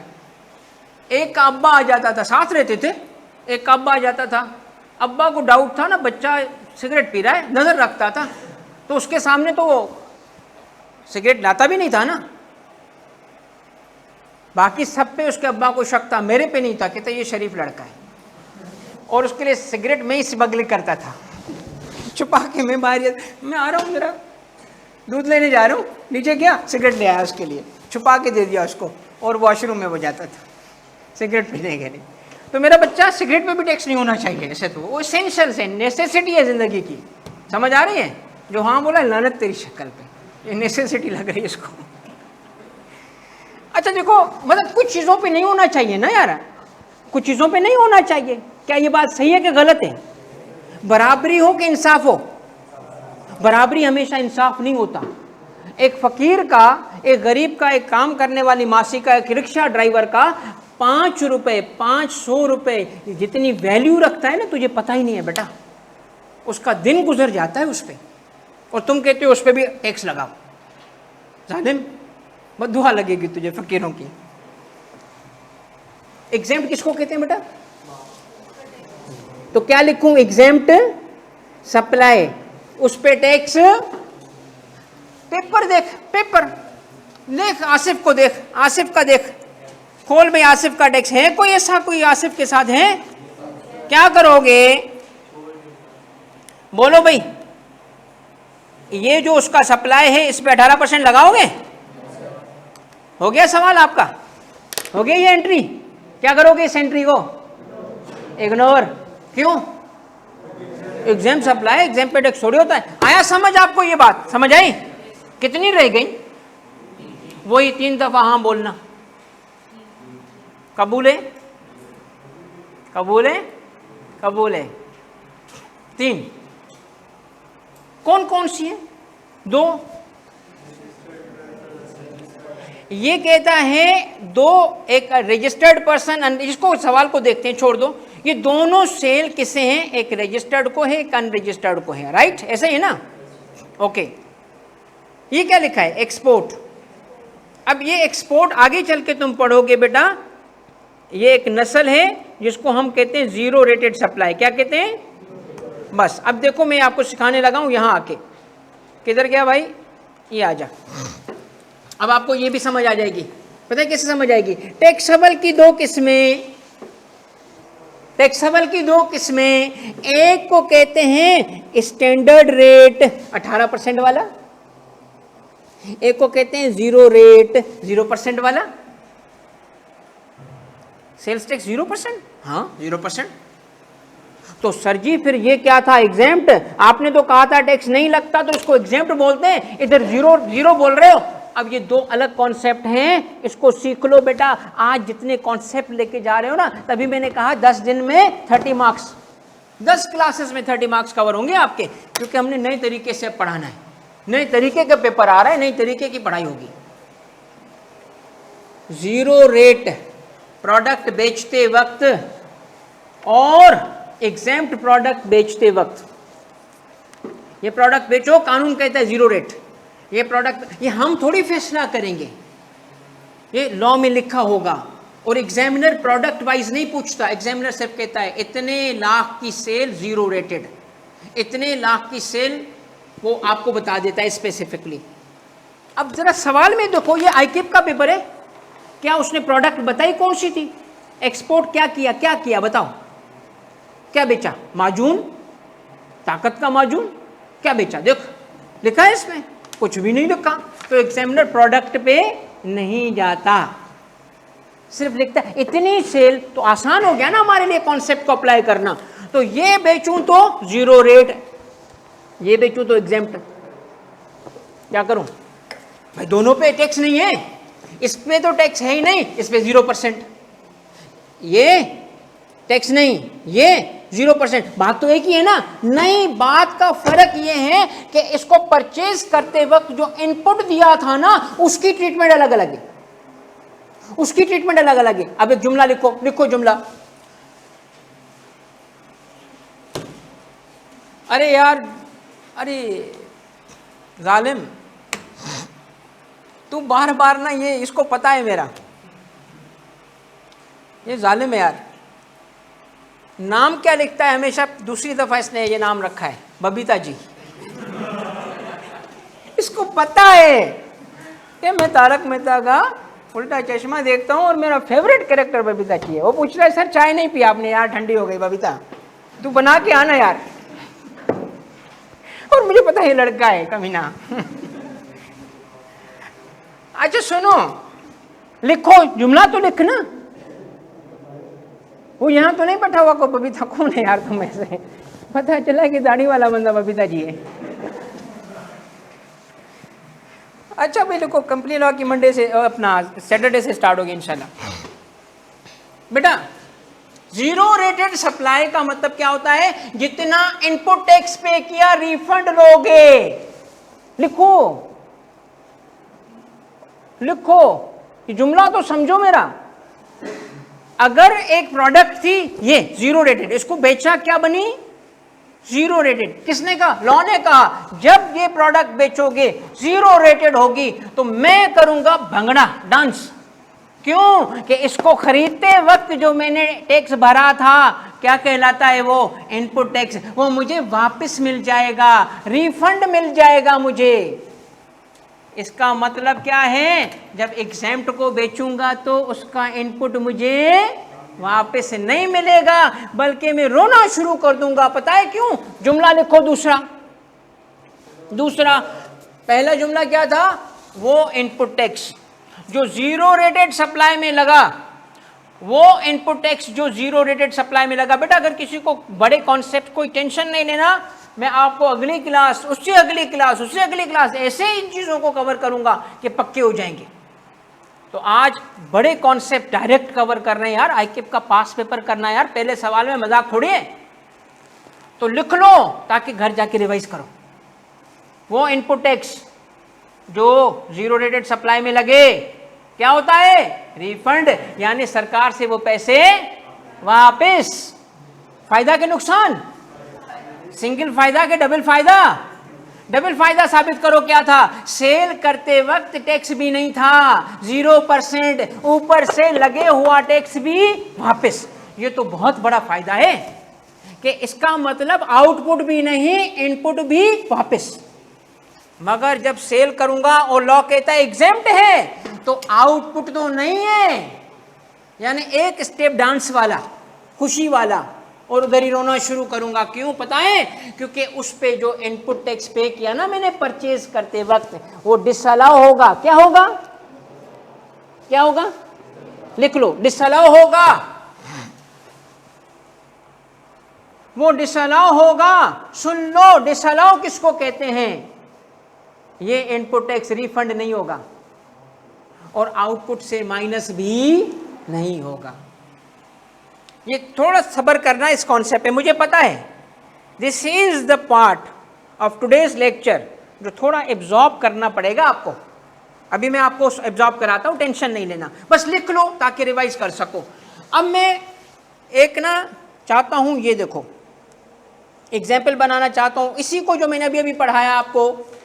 बेटा ये है मेरी, सुनना, raw material A, B and C, 3 raw material है मेरे, से 1 लाख रुपए ईच के। अब मैं आपसे सवाल पूछता हूं, बताओ 1 लाख रुपए पे कितना इनपुट बना होगा मेरा?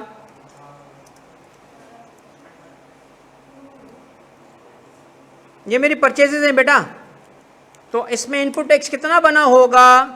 18,000 इनपुट, मैंने सब पे 18,000 का इनपुट पे किया।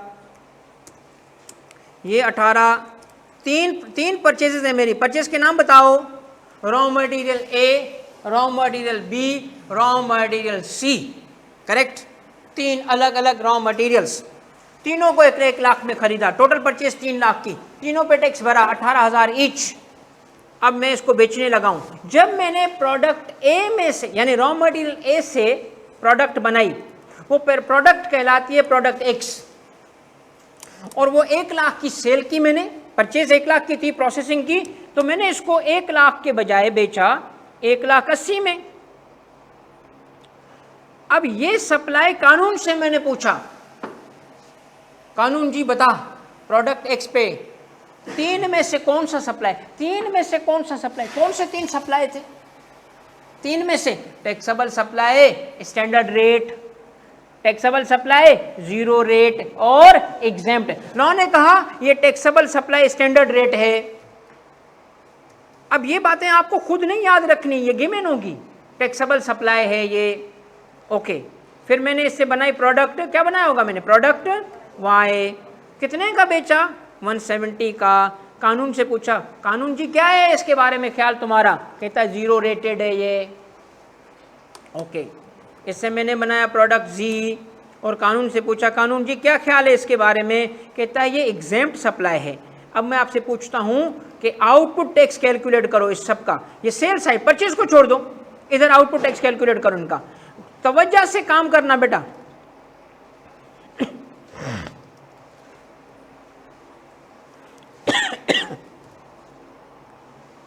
अब आपने क्या देखना है, 1,80,000 का बिका, टाइप क्या है,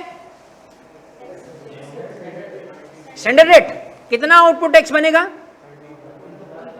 कितना बनेगा मेरा बेटा, 18% से 32,400। इस पे आउटपुट टैक्स कह रहे हो, हु सेड दिस,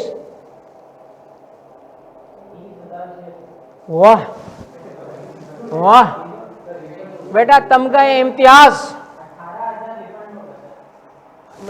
ये इस पे तेरे पपी ये बताना यार, कमाल की बात की तूने, तो एक स्टेप आगे चला गया। अब अगर एक बात सुने भाई, मुर्शिद से जो मुरीद आगे बढ़ने की कोशिश करता है गुमराह हो जाता है, तो सबर सबर लाइन में रख, हमारे पीछे आ। मेरा बेटा आउटपुट पूछा था तुमसे, आउटपुट कितना है, 0 यार, 0 रेटेड है ना, 0% पे टैक्स लगाओ ना। अच्छा इस पे कितना टैक्स होगा, इस पे भी कुछ नहीं होगा, क्यों, 18 यार एग्जाम्प्ट है भाई। ये देखो ये टाइप आगे लिखी है। अब दोबारा करो, अब सुनो मैं दोबारा पूछता हूं, पहले एक्स की प्रोडक्ट पे आउटपुट कितना, क्योंकि टैक्सेबल है, स्टैंडर्ड रेट है, 18% लगेगा, ओके। वाई पे आउटपुट कितना, क्यों 0% था। जी पे कितना, नो आउटपुट। इसका मतलब 0 रेटेड और एग्जाम्प्ट पे आउटपुट नहीं होता। अब इसका पहला सेल्स टैक्स लायबिलिटी कैलकुलेट करो, पहली प्रोडक्ट की। क्या करते हैं बेटा, वही जो अभी जो किया था अभी। बबीता जी किधर गई, बबीता, बबीता जल्दी जल्दी बता, तेरे से बड़ी उम्मीद है मुझे। अल्लाह करे बीवी ना सुन रही हो मेरी। हाँ बेटा बता, ये क्या हुआ बेटा, आउटपुट टैक्स माइनस, ओके ये पे करेगा, आगे output tax minus input tax. यहां क्या करोगे, 18 रिफंड हो जाएगा, पैसे वापस, पैसे वापस। तो यहां पे आपको रिफंड होगा, सेकंड लाइन में रिफंड चूंकि वापस आएगा, नेगेटिव फिगर है, पेएबल नहीं है, रिसीवेबल है, ये नेगेटिव हो गया। इधर क्या होगा, कुछ भी नहीं, क्योंकि जो टैक्स आपने भरा परचेज का, ना आउटपुट से डिडक्ट होगा ना रिफंड होगा, खत्म, इग्नोर। क्या बात समझ आई, पेपर देख, पेपर देख, आसिफ को देख, ऑनलाइन वालों जिसने अभी आसिफ को नहीं देखा, ये देखो बेटा आसिफ का सवाल करवा रहा हूँ आईकेप का, देख लो। अब बेटा मैं आपको देने वाला हूँ, एक बात बताऊँ, मैं जब तक इसको कंप्लीट नहीं कराऊंगा क्लास ऑफ नहीं करूँगा, बता रहा हूँ। चाय मेरी ठंडी हो चुकी है, यहाँ तो एक हल बताता हूँ, जब जाके गर्म चाय ले आओ मेरे लिए, तो मैं आपको ऑफ करूँगा क्लास को। चलो मेरे बच्चों, अब आप सिर्फ डेटा को समझो, तवज्जो से पढ़ो। मैं आपको दे रहा हूं कितने मिनट, चूंकि ज्यादा मुश्किल सवाल है 1 मिनट दे रहा हूं, जल्दी पढ़ो 1 मिनट में, सवाल तवज्जो से पढ़ो और मुझे बताओ तुम्हें क्या समझ आ रहा है। कोई डेटा वेटा समझ आ रहा है, लग रहा है, सवाल में नहीं कहता कि सॉल्व करके दिखाओ, पढ़ो तो सही, ऑनलाइन वालों पढ़ो।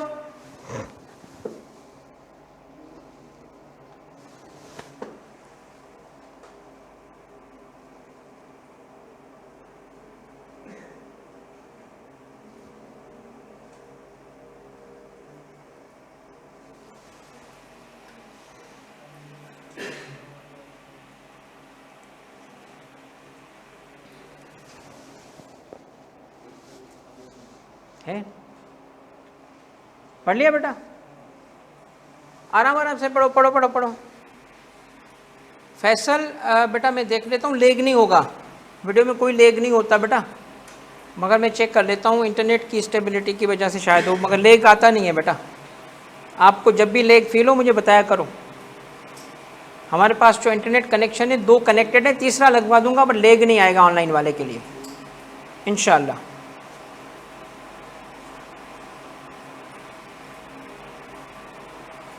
अब सिर्फ इतना देखो कि ट्रांजैक्शन समझ आ रही है, इसके साथ क्या क्या होगा ये समझ आ रहा है, डेटा समझ आ रहा है, लग रहा है कि क्या क्या होगा, बस वो आप हल करें आज के लिए। मैं इसको आपके साथ मिलके पढ़ता हूं।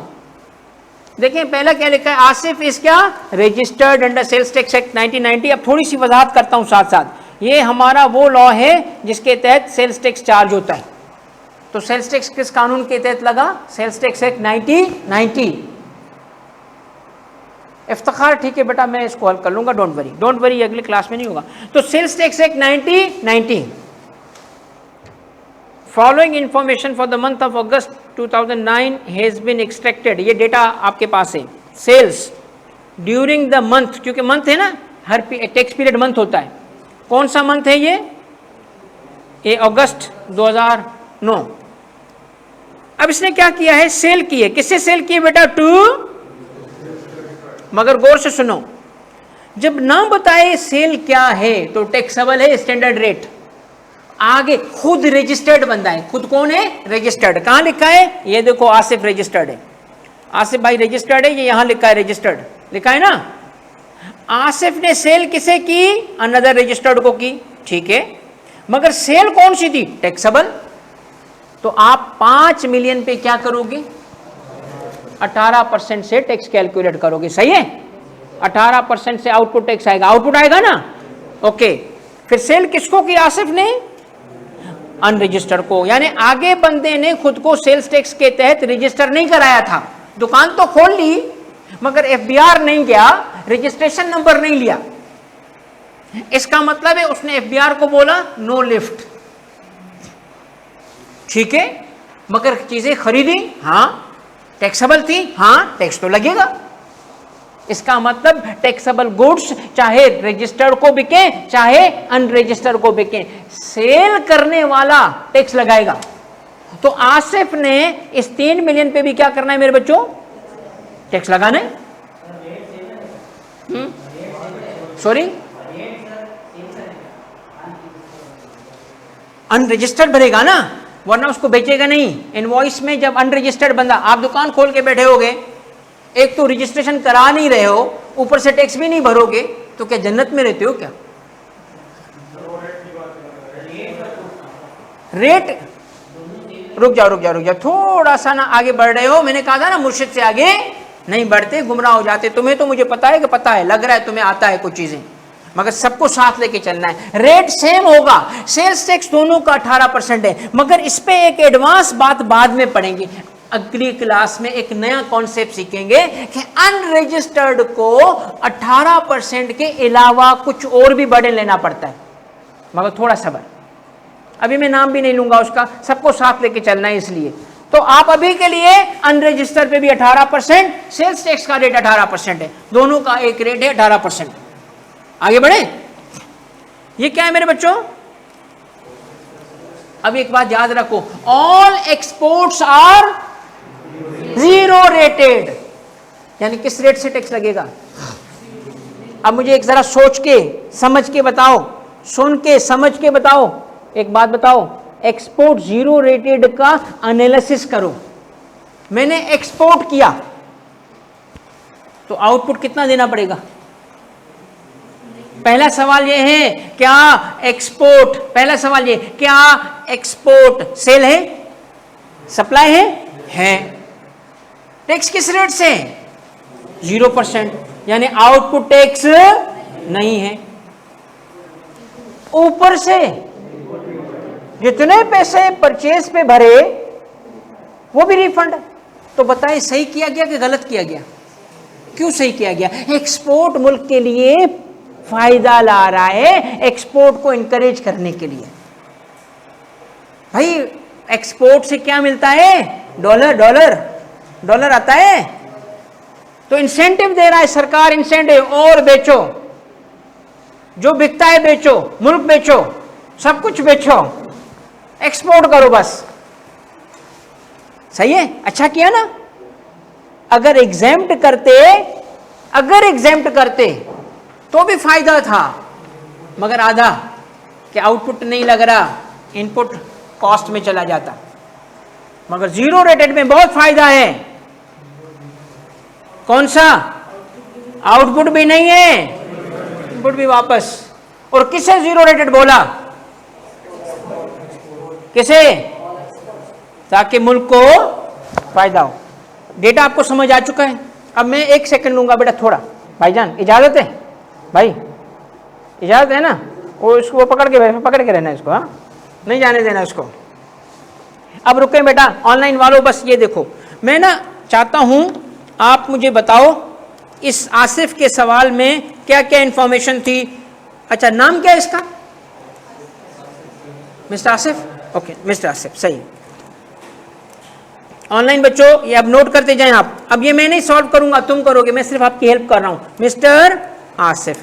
अच्छा भाई बताओ रिक्वायरमेंट क्या है सवाल में? रिक्वायरमेंट ऑनलाइन पिक्चर लिया ना बेटा? नहीं लिए तो तेरी पिक्चर बनाऊंगा, जल्दी लिखो, पिक्चर ले लो बेटा इस सवाल की मोबाइल पे। रिक्वायरमेंट क्या है? आईकेएम ने क्या बोला है, देखो क्या लिखा है, जिसके पास नहीं है ये ले लो बेटा। Compute sales tax payable and और to be carried forward by Asif in the return. ठीक है, अब जो भी सवाल की रिक्वायरमेंट होगी ना यहां लिखेंगे। आमतौर पे रिक्वायरमेंट क्या होती है? सेल्स टैक्स लायबिलिटी या पेएबल। क्या लिखा है इसने? पेएबल, हम भी पेएबल लिखेंगे। जो भी सवाल में लिखा होगा वो लिखेंगे पेएबल। और क्या लिखा है? कैरी फॉरवर्ड या कैरिड फॉरवर्ड। अच्छा कैरिड फॉरवर्ड, ठीक है। अच्छा मैं एक बात बताना चाहता हूं ताकि आपको अभी से पता चल जाए। रिक्वायरमेंट 3 होती हैं, इस सवाल में 2 थी बट 3 होती हैं। एक एग्जामिनर कहता है सेल्स टैक्स पेएबल या सेल्स टैक्स लायबिलिटी कैलकुलेट करो, और दूसरा कहता है सेल्स टैक्स रिफंडेबल कैलकुलेट करो, रिफंड या रिफंडेबल कैलकुलेट करो एंड कैरी फॉरवर्ड। 3 चीजें पूछता है अक्सर वो। तो रिक्वायरमेंट में हमेशा ये याद रखो 3 चीजें आएंगी। कौन सी बेटा? सेल्स टैक्स पेएबल या, अच्छा इस सवाल में रिफंडेबल है? कोई बता सकता है कितना रिफंडेबल है? अभी नहीं बता सकोगे क्योंकि अभी आपको वर्किंग नहीं आती, मगर इसमें रिफंड है, निकलेगा, मैं आपको अगली क्लास में वो सिखाऊंगा। सेकंड क्या है बेटा? Carry forward. ये सारी चीजें आप सीखोगे अगले 2 से 3 क्लासेस में, क्योंकि सारे कॉन्सेप्ट आज सिखा दूंगा तो कल क्या करूंगा? तो हमें 10 क्लासेस का वादा किया है ना, एक में तो सारी चीजें नहीं सिखा दूंगा ना। और तीसरी चीज लिखनी होती है बेटा टैक्स पीरियड है। अच्छा बताओ टैक्स पीरियड क्या है इसका? अगस्त 2000। अच्छा अब इन तीनों को स्टेप नंबर 1 मैं बोलता हूं, ये मेरा स्टेप नंबर 1 है। सारा सेल्स टैक्स का सवाल 7 स्टेप में सॉल्व करा दूंगा। कितना भी मुश्किल सवाल होगा 7 स्टेप में वो सवाल। पहला स्टेप, इसको मैं नाम देता हूं हेड नोट्स। ये हेड नोट्स हैं, हेड नोट्स, राइट। कितने हेड नोट्स बेटा? 3। क्या क्या होता है इसमें बताओ ऑनलाइन वालों, क्या क्या होता है इसमें? नेम, रिक्वायरमेंट और टैक्स पीरियड। अच्छा उसके बाद आप कैलकुलेट करते हो इनपुट टैक्स। पहले इनपुट टैक्स, इसकी लॉजिक है, इसके ऑर्डर में लॉजिक है। सबसे पहले लिखें, क्या लिखेंगे? Input tax. बेटा लिखो, ये कॉपी करना है बेटा आप सबने, इनपुट टैक्स, और उसको करना है मेरा बेटा अंडरलाइन, ताकि एग्जामिनर को पता चल जाए कि आपने सही स्टेप्स फॉलो किए हैं, राइट। ओके, अब इनपुट टैक्स कैसे वर्कआउट करना है ये तुम मुझे कराओगे। ढूंढो डेटा जिस पे इनपुट आता है। किस पे आता है इनपुट? परचेज गिवन है, कितनी गिवन है। सेम डिस्क्रिप्शन लाओ जो पेपर में क्या लिखा था, गुड्स। अच्छा कॉस्टिंग तो आगे लिखेंगे ना, goods purchased from registered persons. कितनी गुड्स परचेज की जिसने बेटा? कितने मिलियन किए ये? 8 मिलियन किए। ओके 8 मिलियन है, तो 8 मिलियन का कैलकुलेट करोगे कितना मेरा बेटा? हाँ बेटा, परचेज रजिस्टर्ड पर्सन है ना। आप सिर्फ अभी ये देखो कि परचेज, क्या इस पे सबको क्लियर है कि नहीं है? ये परचेज की डिटेल है ना, सेल की थोड़ी है बेटा। क्या ये हो गया? अब सुनो, परचेज साइड पे एक ट्रांजैक्शन थी। अब हेडिंग देखो मैं क्या लिख रहा हूं, ये देखो, ये देखना मैं क्या लिख रहा हूं, जरूरी है ये लिखना। Input tax for the month लिख लो बेटा, input tax for the month. कितना input tax for the month है? वो सारा का सारा input tax for the month है। भाई ये क्यों हेडिंग लिखना जरूरी है? क्योंकि इनपुट में 2, 3, 4, 5 ट्रांजेक्शन होंगी, तो एडअप भी तो करना है हमने, कुछ एडजस्टमेंट्स होंगी, कुछ रिवर्सल्स होंगे, तो सेट ऑफ करके इनपुट फॉर द मंथ बना कितना, नेट ऑफ करना होता है। तो पहला स्टेप क्या था? Head notes. दूसरा स्टेप क्या था? Input tax for the month. 2 step हो गए तेरे। आजा तेरे तीसरा स्टेप बता क्या होगा, क्या लग रहा है तुझे, क्या होगा? आउटपुट टैक्स होगा। और क्या होगा? लिखो आउटपुट टैक्स। हाँ भाई शहजादो बोलो, क्या करना है इसके, क्या करेंगे? भाई लिखो ना डेटा, क्या लिखूं बताओ। पहला फर्स्ट ट्रांजैक्शन क्या है इसमें सर? फर्स्ट ट्रांजैक्शन है supplies to registered persons. Okay, कितनी है supplies to registered person? Sir 5 million. अच्छा जी करो, 5 मिलियन का क्या आउटपुट कैसे आता है बताओ। कितना मेरा बच्चा? 8, 9 लाख हो गया। जो सिर्फ कॉपी कर रहा है, एक सेकंड रुक के, समझ आ रहा है कि सिर्फ कॉपी मार रहे हो? कॉपी करने का कोई फायदा नहीं है, समझ आ रहा है ना? चलो अब अगला मैं उस वक्त लिखूंगा जब तुम खुद बताओगे मुझे। क्या करूं आगे बताओ?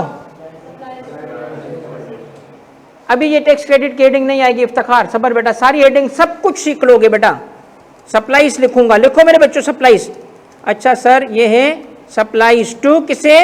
Unregistered persons. क्या लिखूं मेरा बच्चा? कितना दूं? सर जी 3 मिलियन।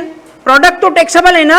हाँ सर प्रोडक्ट टैक्सेबल है, बंदा अनरजिस्टर्ड है तो 108 की होया, कोई मसला नहीं है। आओ मेरा बच्चा करो इसको माइनस, क्या करूं इसको? क्या करूं बेटा? माइनस माइनस अभी नहीं करेंगे, क्या करेंगे? 18%। सही कैलकुलेट किया?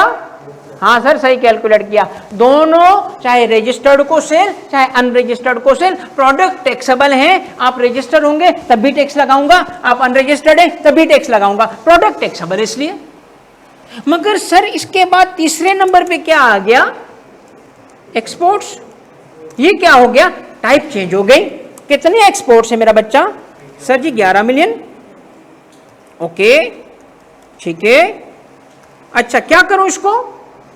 0। क्यों? 0% होता है ये। अच्छा फिर क्या करूं सर जी? सप्लाईज ऑफ कौन सी है? Exempt supplies. अच्छा सर कितनी एग्जेम्प्ट सप्लाईज? 2 मिलियन। अच्छा जी 2 मिलियन लिख लो, 2 मिलियन। यहां 0 भी नहीं लिख सकते, 0 भी नहीं लिख सकते बेटा, डैश डाल दोगे। 0 लिखोगे तो क्या एहतमाल या डाउट होगा एग्जामिनर को 0 रेट कर गया है इसको, तो डैश डाल दोगे। अब मैं आपसे पूछता हूं बताओ, सारी एंट्री हो गई? एक आखिरी एंट्री इग्नोर होगी, वो तो आखिर में जाके देखेंगे। हो गया सवाल आपसे? जिसको भी ये सवाल ऑनलाइन वालों, जिसको भी ये बात समझ आई है, सच्ची बताना, झूठ नहीं बोलना। जिसको समझ आई रेजुरेंट्स, और जिसको नहीं समझ आई बेटा आप टेंशन ना लें। जो 90% लोगों ने हाथ रेस किया है ऑनलाइन वालों, तुम बताओ बेटा क्लियर है ना?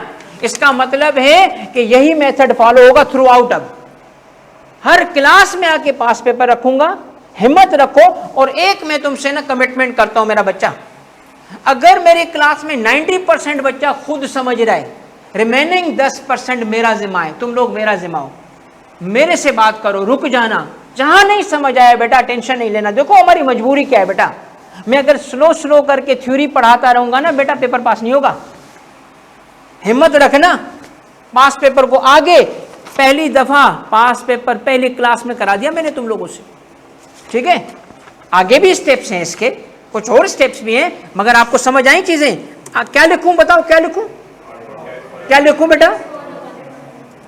शाबाश। Output tax for the month, ये लो आप ऐड कर लो दोनों को। ये आपका हो गया तीसरा step, output tax for the month. सारी ट्रांजैक्शन कंप्लीट हो गई। अब नेक्स्ट स्टेप, थोड़े से कॉन्सेप्ट समझने के बाद आपको इसी तरीके से मैं पास्ट के 4-5 सवाल इसी लेवल पे करवाऊंगा जिस लेवल पे अभी आपने किया है। अभी जिस लेवल पे किया ना, इस पे 4-5 पास्ट के सवालात कराऊंगा। फिर मैं हायर लेवल पे ले जाऊंगा, फिर उसके रिमेनिंग एंट्रियां करना शुरू करोगे, फिर एडवांस लेवल पे ले जाऊंगा, कंप्लीट सवाल कर पाओगे। बेटा अगर इस चीज पे तुम मेरे साथ इस मेथड से चलना चाहते हो तो बताओ, ये सही मेथड है? इसी मेथड से कर पाओगे? हिम्मत करोगे? लड़ोगे? मरोगे? मरेंगे क्यों यार, मारेंगे। चलो मेरे बच्चों, थैंक यू वेरी मच, जज़ाकल्लाह। और इंशाल्लाह क्लास कोई मिस नहीं करेगा। और जो दोस्त अहबाब है उनको बताओ जल्दी आ जाओ, देर नहीं करो, ठीक है? जल्दी क्लास में आ जाओ मेरे बच्चों। ऑनलाइन बबीता जी बहुत शुक्रिया आपका। कल क्लास है बेटा, सैटरडे पे क्लास है। अच्छा मेरी बात सुने, सब बच्चे बात सुने बेटा। काइंडली सारे बच्चे बात सुने, डे 1 से एक बात सुन लो बेटा, आपने टैक्स के बारे में एक चीज जहन में रखनी है और वो ये सुन लो भाई बाजी, बस एक मिनट, सारे बच्चे एक बात सुन लें बस। देखो भाई, मैं एक बात आप आज को बोलता हूं और अगले 6 महीने नहीं, उम्र भर वो वैलिड रहेगी आपके साथ, आपकी और मेरी। मैं टीचर नहीं हूं, आपका नहीं हूं, believe me, don't treat me as your teacher, क्योंकि द मोमेंट हम से ना टीचर हैं तो मैं ना लानत दे सकूंगा ना मैं कुछ और बोल सकूंगा, टीचर नहीं हूं। क्या जरूरी है यार टीचर वाला, देखिए रुतबा टीचर का रहेगा, दिल में इज्जत होती है ना यार। भाई मेरे उस्ताद मिलते हैं, मैं पाँव पे हाथ रख के अल्लाह की कसम मिलूंगा उनसे, वो बात नहीं कह रहा टीचर, मैं कहता यार don't treat me as a teacher यार। पता है क्यों? बुरा बुरा फील होता है। हाँ अभी तो मैं जवान हूं यार, मैं आपका हूं दोस्त, बड़ा भाई, बड़ा भाई बोले तो दादा, दादा ओके, तो ट्रीट मी लाइक अ फ्रेंड। ना समझ आए ना आगे खड़ा, अभी एक लड़का था पिछली पेज का आया, यकीन कर लो मैं क्लास में बुलाऊंगा ना, दादा ऐसे, दादा तबीयत ठीक नहीं थी, आपने जो काम दिया था वो टेक सीखना चाहता है प्रोफेशनल लेवल पे, दादा आप, तो भाई आप दादा समझो, भाई समझो, बड़ा भाई समझो यार, जो भी प्रॉब्लम है ना आगे बता देना, दादा ये मसला है यार, ठीक है। एक बच्चे ने कॉल, सीरियस बता रहा हूँ, एक बच्चे ने कॉल की, दादा अम्मी शक कर रही है, मैंने कहा, मैंने उसको ऐसे ही बोला, मैंने कमीना ऐसे काम क्यों करता है, अम्मी शक कर रही है, नहीं दादा करता नहीं, मैंने कहा तू करता है, तू कमीना है। तो मेरा बेटा देखो, लेट्स मेक इट फन, पढ़ाना मेरा काम है, अल्हम्दुलिल्लाह I am the expert of this subject, ठीक है। 20 साल से मैं टैक्स ऑफिस में काम करता हूँ, 20 साल से मेरी रिसर्च है, आपको बोर होने नहीं दूंगा, टेक्निकल एक्सपर्टीज नेक्स्ट लेवल के ले जाऊंगा, but treat me like a friend, ठीक है, ट्रीट मी लाइक अ फ्रेंड। तो कभी भी कोई बात करते वक्त हेजिटेट नहीं करोगे, जो नहीं समझ आता, जो नहीं समझ आता, आज तक मैं 20 साल से पढ़ा रहा हूं बेटा इस इंडस्ट्री में, बहुत सारी चीजों का मैं अल्हम्दुलिल्लाह पायोनियर हूं, मैंने बनाई है वो चीजें, मगर एक बच्चा आके बोले ना कि सर तारिक किसी सवाल पे नाराज हो गए, उसी दिन मैं टीचिंग छोड़ के घर बैठ जाऊंगा, नाराज नहीं होता, गुस्सा नहीं करता, ये नहीं बोलता तुझे कि तू बस तुझे समझ नहीं आता, पता है क्यों? क्योंकि बेटा नीचे से हम भी आगे बढ़े, मुझे पता है, वो सरकारी स्कूलों से पढ़ के बेटा लोअर मिडिल क्लास से हम आगे गए। जब मुझे कोई स्ट्रगलिंग बच्चा नजर आता है ना, मैं खुद को याद करता हूँ बेटा कितनी तकलीफ होती थी उस वक्त, तो I am there for that 10% बच्चा जो आउटलायर्स में वो कोने पे खड़ा होता है, ठीक है। एक तो वो 10% बच्चा है जिसका टीचर कुछ नहीं बिगाड़ सकता, टीचर उसको फेल कराना चाहे तभी पास हो जाएगा, रिमेनिंग 80% बच्चा थोड़ी सी हेल्प से पास हो सकता है मेरी, मगर मेरा टारगेट वो बॉटम का 10% बच्चा है जिससे मेरी दोस्ती है, ठीक है, जिससे अपन की दोस्ती है। तो बेटा ट्रीट मी लाइक अ फ्रेंड। किताब कौन सी होगी? आईकेप की बुक यूज होगी और मेरी ये नोट्स यूज होंगे, क्योंकि हमें कम टाइम में सब कुछ करना है, ये मास्टर शीट यूज होंगी। अभी कोई बुक नहीं चाहिए, आज के नोट्स लिखे, चीजें समझी। अब मैं आपको बोलता हूं घर जाओ इस सवाल को खुद करो, जैसे मैंने किया, एक सवाल को बार बार करोगे ना बेटा, मैंने क्या कहा, एक कॉन्सेप्ट को 8 दफा प्रैक्टिस करेंगे तो पेपर पास होगा। कोई भी कॉन्सेप्ट कम से कम भी कितनी दफा प्रैक्टिस करेंगे? 8 दफा। तो एक दफा मैंने अभी किया, एक दफा कौन करेगा? क्या तुम वादा करते हो? ओह नहीं हुआ मतलब, चल बेटा तो जाके घर पे करना। थैंक यू वेरी मच बच्चों, थैंक यू बेटा। नेक्स्ट क्लास के लिए, अच्छा जिसके पास नंबर नहीं है नंबर लिख ले, एडमिन से जाके बात कर लो, ग्रुपों में आ जाओ, व्हाट्सएप ग्रुप में आ जाए ताकि कम्युनिकेशन हो आप सबके साथ। और जिसके पास मेरा नंबर है नंबर लिख ले ताकि मैं आपको एडमिन से कनेक्ट, ऑनलाइन वालों ये मेरा नंबर लिख लो, एडमिन से कनेक्ट हो जाओ। ये मेरा पर्सनल नंबर है 033221308667। ठीक है बेटा, कैसी बेटा ठीक हो?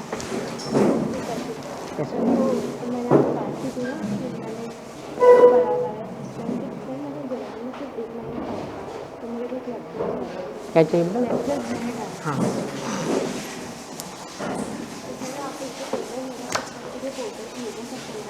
कौन सी वाली? वो चेंज हो गया ना बेटा, चेंज हो गया। अगर तुम्हें चाहिए होगा मैं दिला दूंगा, डोंट वरी। तुम्हें पुराने, मगर पुराने बेटा चेंज हो गए हैं लेक्चर, क्योंकि अभी लॉ में चेंज आ गई ना। अभी जो नए लेक्चर्स आएंगे ना इसमें चेंजेस हैं, तो पुराने कॉन्सेप्ट्स जो है ना वो चेंज हो गए हैं। अभी हमें बुक भी नहीं बनानी पड़ रही इसकी वजह से, चूँकि टेक्स्ट में नहीं अच्छा खासा चेंज हुआ है, थोड़ा बहुत नहीं, अच्छा खासा। अब जैसे मैंने लास्ट टाइम पढ़ाया था ना, अगर तुम्हें याद हो, बल्कि तुम्हें याद नहीं होगा, तुमने क्लासेस छोड़ दी थी, तो टाइम ऑफ सप्लाई के कॉन्सेप्ट में पेमेंट पहले नहीं थी, अब आ गई है। काफ़ी चेंजेस हैं। अपील पूरा सिस्टम चेंज हो गया, पूरा अपील चेंज हो गया, इनकम टैक्स में भी, सेल्स टैक्स में भी। तो मैं मशवरा ये दूंगा कि बेटा साथ चलो क्लास के साथ, तो मैं बहुत फास्ट लेके जाऊंगा, बहुत फास्ट।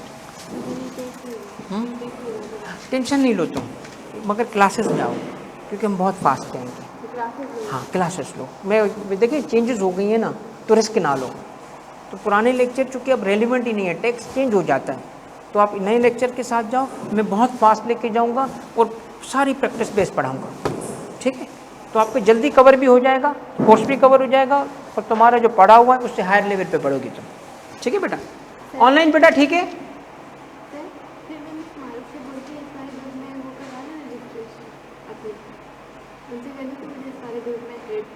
हाँ बेटा, मारूक से बोल दो, आप सारे ग्रुप में आ जाओ बेटा।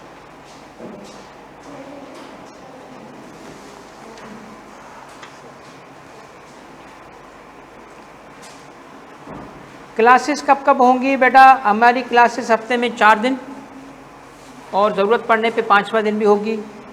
फर्स्ट अटेम्प्ट मार्च में, अगर 4 पेपर देने हों तो बिजनेस लॉ अभी नहीं दें बेटा। 4 पेपर देने हों तो फिर दे सकते हो, 4 पेपर की सूरत में, क्योंकि कम्बिनेशन बाकी बनेगा वो थोड़ा मुश्किल बनेगा। आपने एक इशू नहीं, कब से वेट कर, अरे यार तो सिर्फ कौन सा इशू है यार भाईजान? अभी मेरा फ़ोन बंद हो गया, मैं एक्टिव करता हूँ। हाँ हाँ मैं भी बंद करता हूँ उसको। दादा अभी से तोसीफ़ भेज यार, मेरा फ़ोन अभी बंद है, मैं एक्टिव, नाम लिखना तुम तोसीफ़ हैदर बेटा, मैं भी हल करता हूँ। क्लासेस कब हुआ करेंगे ये मैंने बता दिया बेटा, 4 दिन, और ज़रूरत पड़ने पे 5वां दिन। और चले बेटा, जिंदाबाद बेटा। आई होप कि आपके ऑनलाइन कोई क्वेरी पेंडिंग नहीं है। लॉ का मर्ज पेपर, अब बेहतर यही होगा कि आप मर्ज पेपर दें for those who have already pass. नहीं, जो बिजनेस लॉ है ना, ना ना ना गलत ही, वेट नहीं करो।